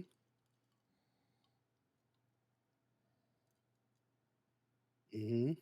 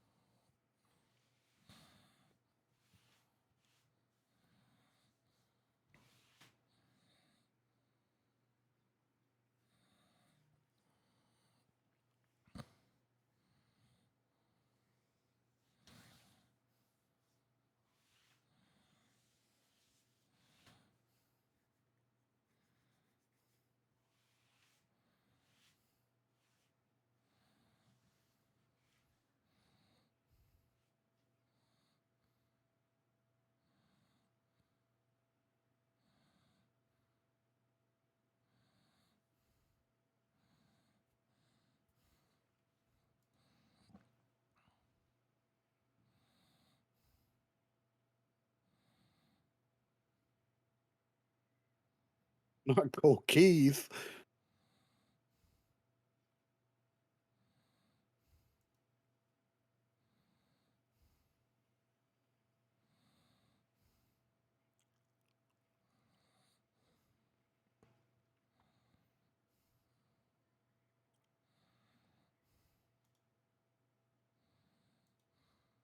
What in the fucking David Lynch is happening there?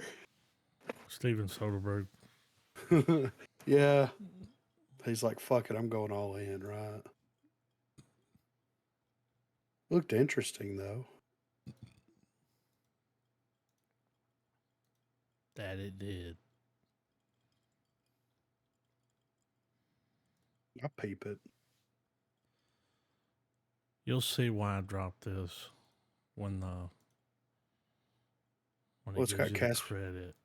It's got Casper Van Dien in it. Well, You don't like Casper Van Dien? I mean, he's all right. He's my boy. We used to fucking roll together, dude. I'm ready. All right, 3, 2, 1, play. Wait, you'll see who made it. All right, Joe Rogan.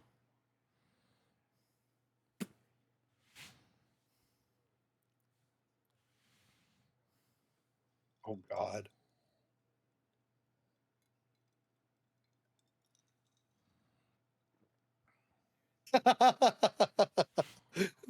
Okay. That's why.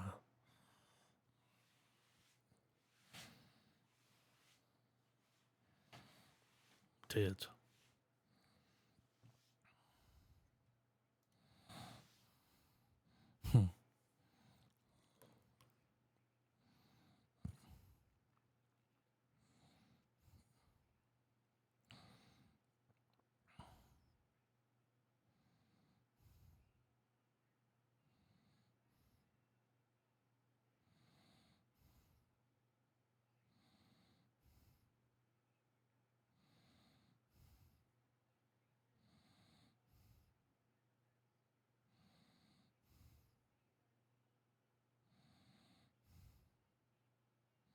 The song ain't helping.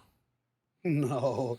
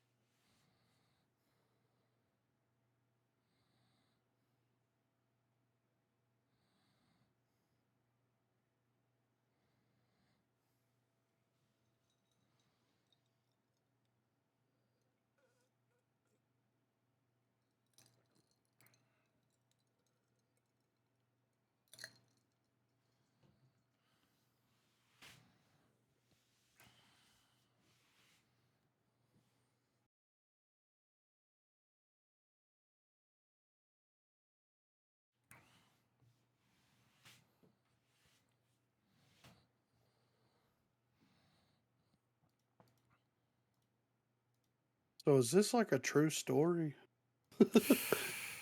Based on his life? I don't know. We'll probably know when he makes the podcast circuit, sweet. That is the most random shit I've ever seen.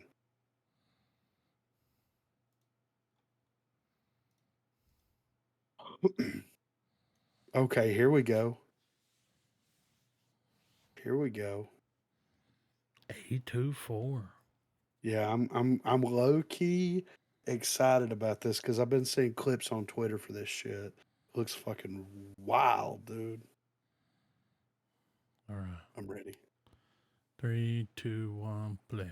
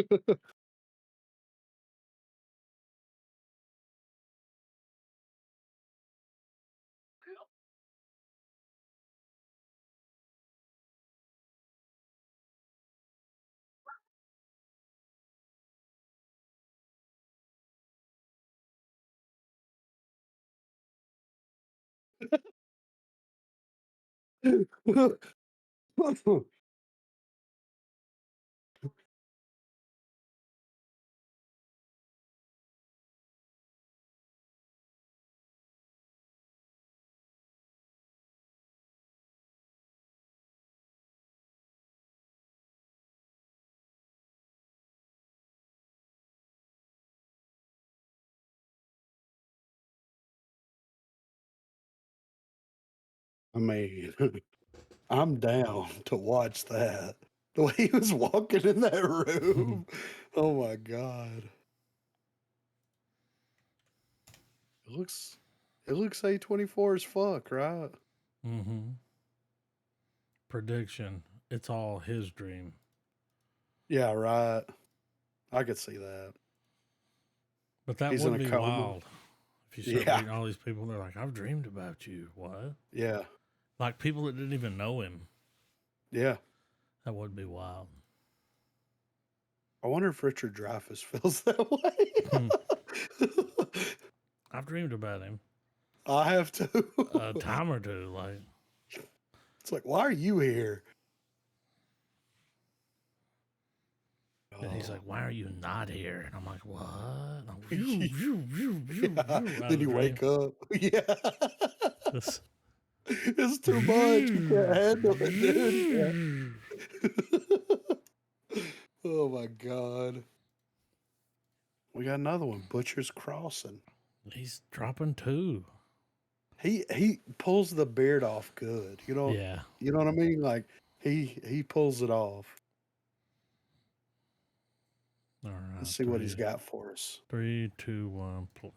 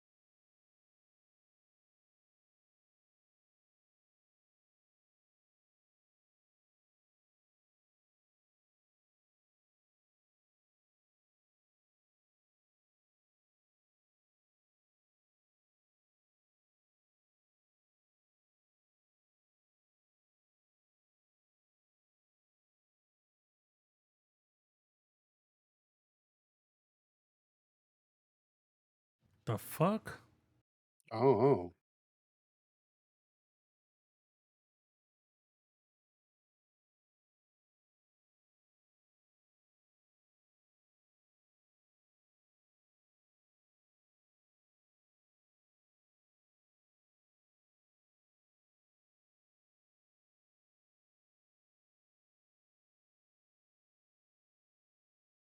God damn.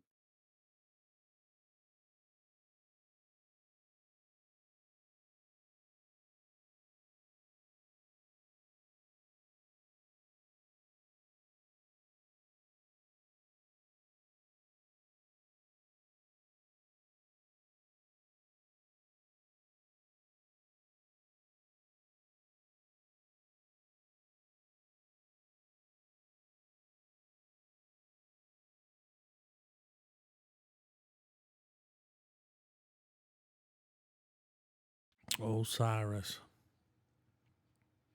Damn.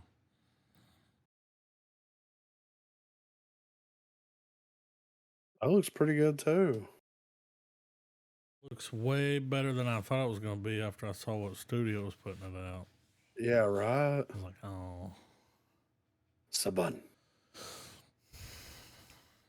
I'm down to peep that. I like, Yeah. you know, Nick Cage, man. He's been dropping some bangers in his elderly years here, you know? Mm-hmm. Oh, the comments are turned off. What? It's Apple. Oh, yeah. I'm excited to watch this too. This should be the final trailer. Oh, yeah. All right. Let's see. 3, 2, 1, play.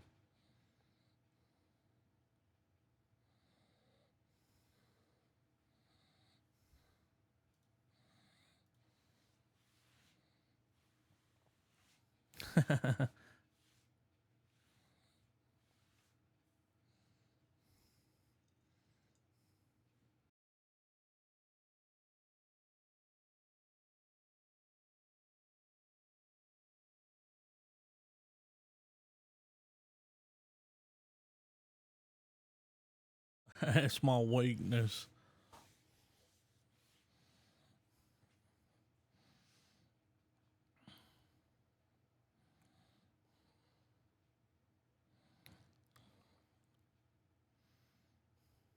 Mhm.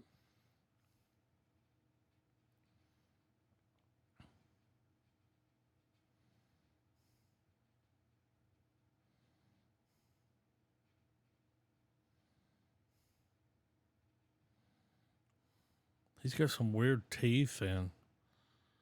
Y'all notice his teeth? Yeah. They look weird. Oh, this fucking guy.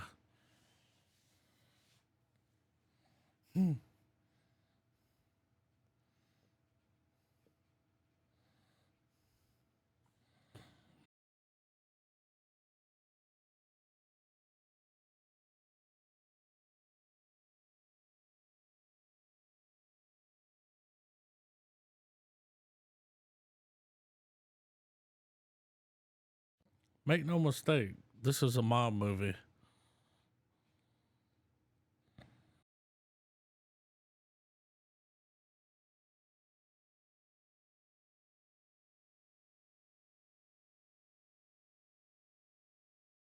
Your uncle.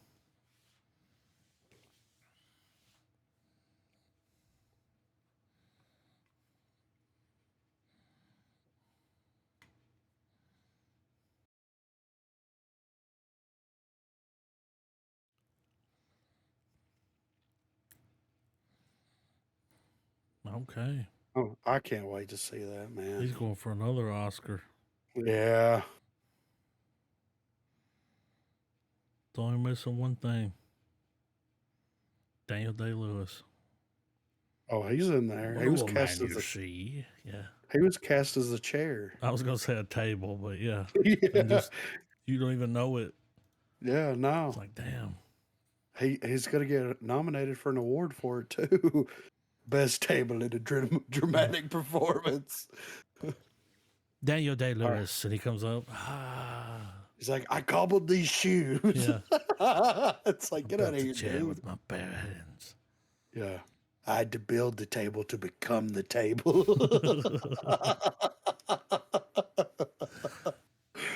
Oh, goddamn. We got our first Aquaman trailer?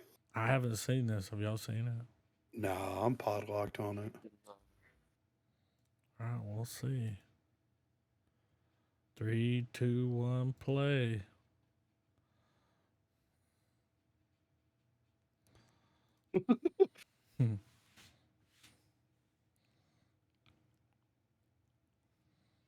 Uh-huh.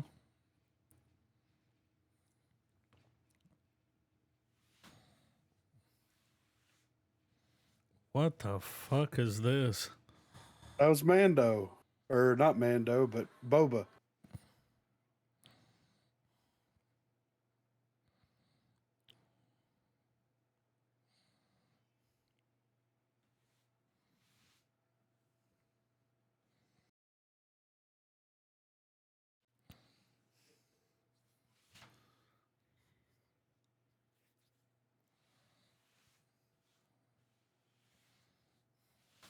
Hell yeah.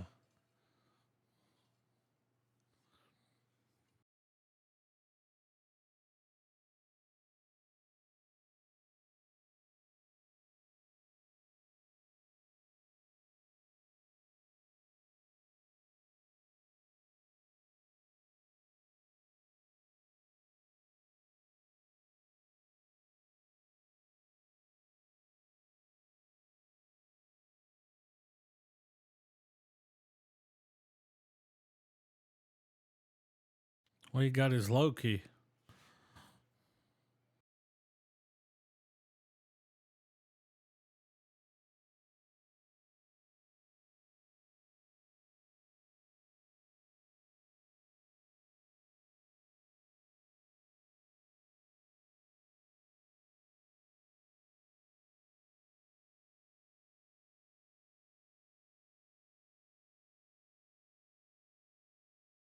One trident to rule them all.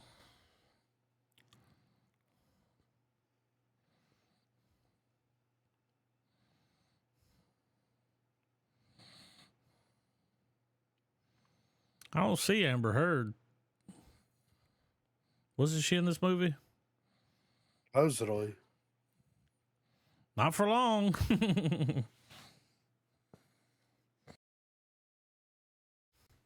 There she was. Oh.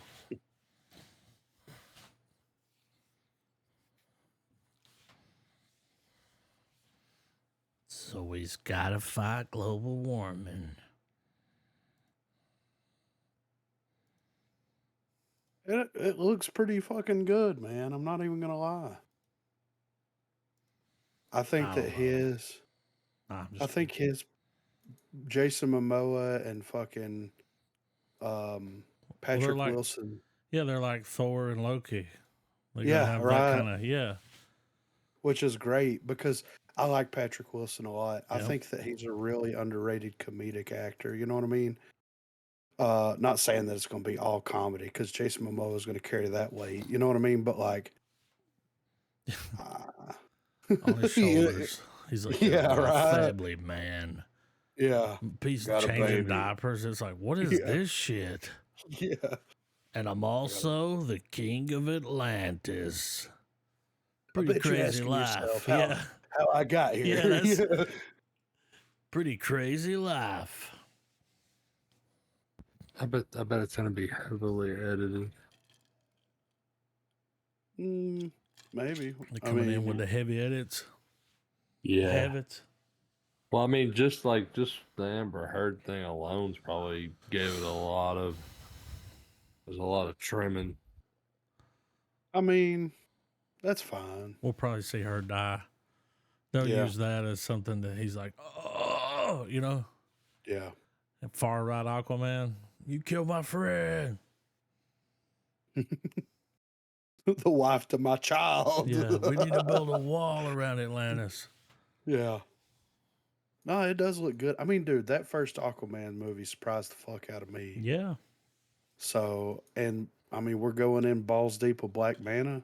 Come on now. Like, this is going to be fucking nutty. I'm ready. I'm ready for it. All right. Use headphones Violence, for better violence, violence. experience. Y'all see that? Yeah. I got Let them me make on. sure I got this in 8K. I don't go that high. All right. 3, 2, 1, play.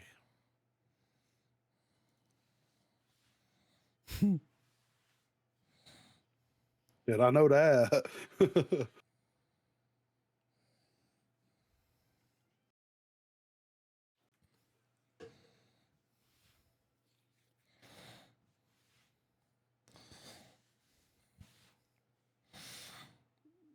Definitely drunk. Yeah.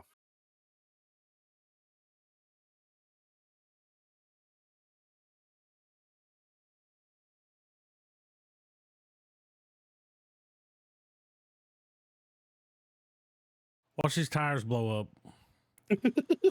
Those tires blew up, dude. Oh, this guy with a wig on. Watch him fight him. It's like Drunken Master. it's Drunken Master, dude. Look. Okay.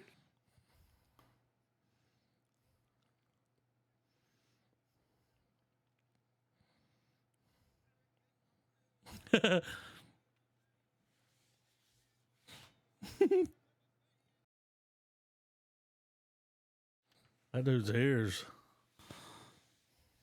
Ah. Policioso.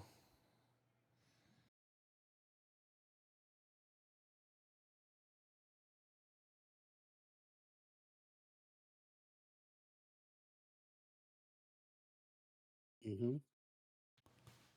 Don't act like you know what's going on. look at this. Rider strike. This dude is drunk, man. Da-da-da. Oh. Oh. Mm. 666 tone shift.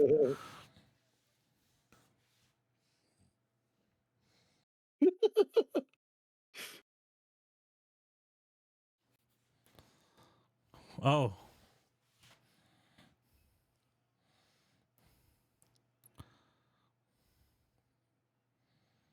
They're all wearing wigs. Look at that. That's a wig.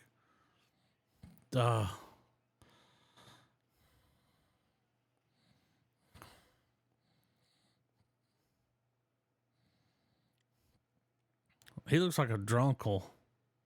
Yeah, right.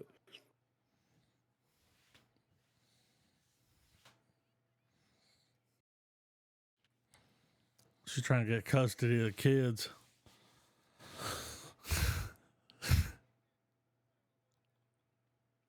Your Honor. Dude, he's not emptying those. Dude, that ended on such a somber note.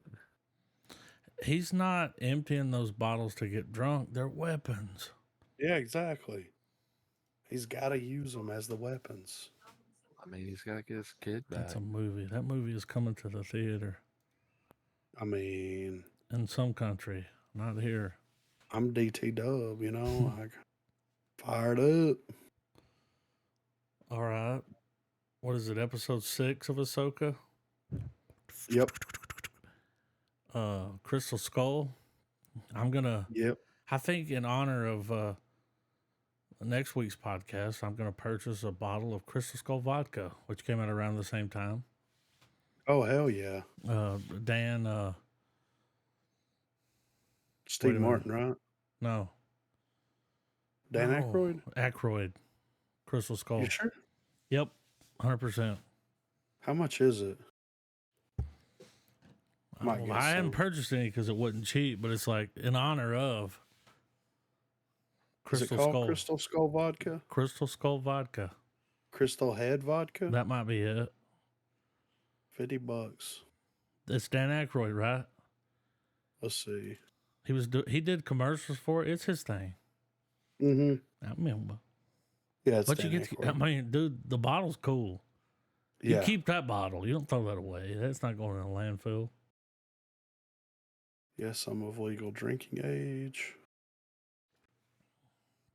How Hey, much is it? when they came out, you get a small one that's like a couple of shots. But Yeah. that big one was $80 when it Goddamn. first dropped. I remember. I remember.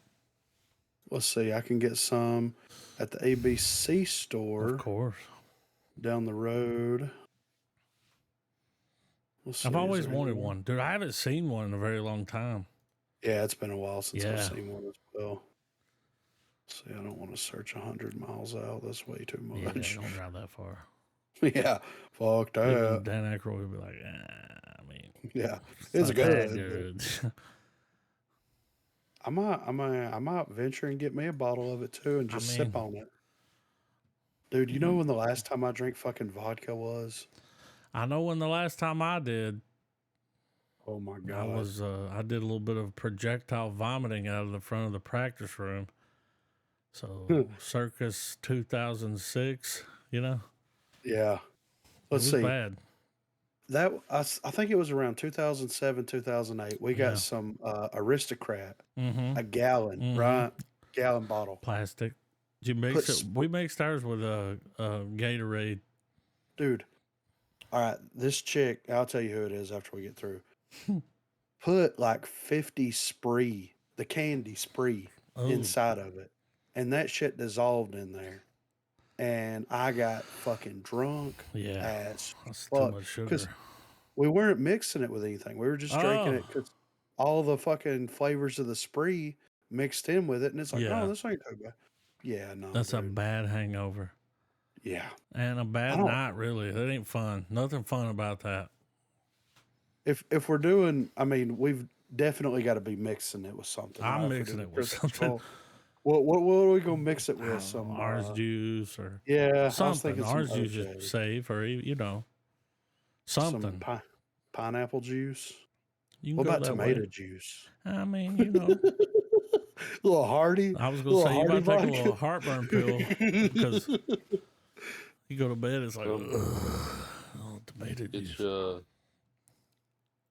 a bottle of Tom Collins mix and some canned fruit. Like a fruit cocktail. Mm, My Just favorite part of the fruit cocktail was the cherries, yeah, but you only get like two in a can. I may go see What if I can about get me a chopped liver? bottle and just do a little sipping while we do the next I've episode. never bought one because it was $80, but Yeah, I know it's got to be cheaper. But I haven't seen one in a long time somewhere. Like that's you can on their website. They have a locator, okay. like a map locator, and you type your address in, Go and into it's it. like nearest you. It'll tell you where. Crystal Skull vodka. It's Crystal Head. Okay, Crystal should Head have been vodka. there. But I get why they. Yeah. Yeah, it's got a whole list right here. Wooden Indian tobacco and liquor. I mean, Mm-hmm.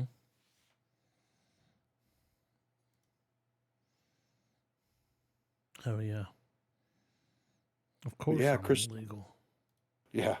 Do I need to submit my identifications officer?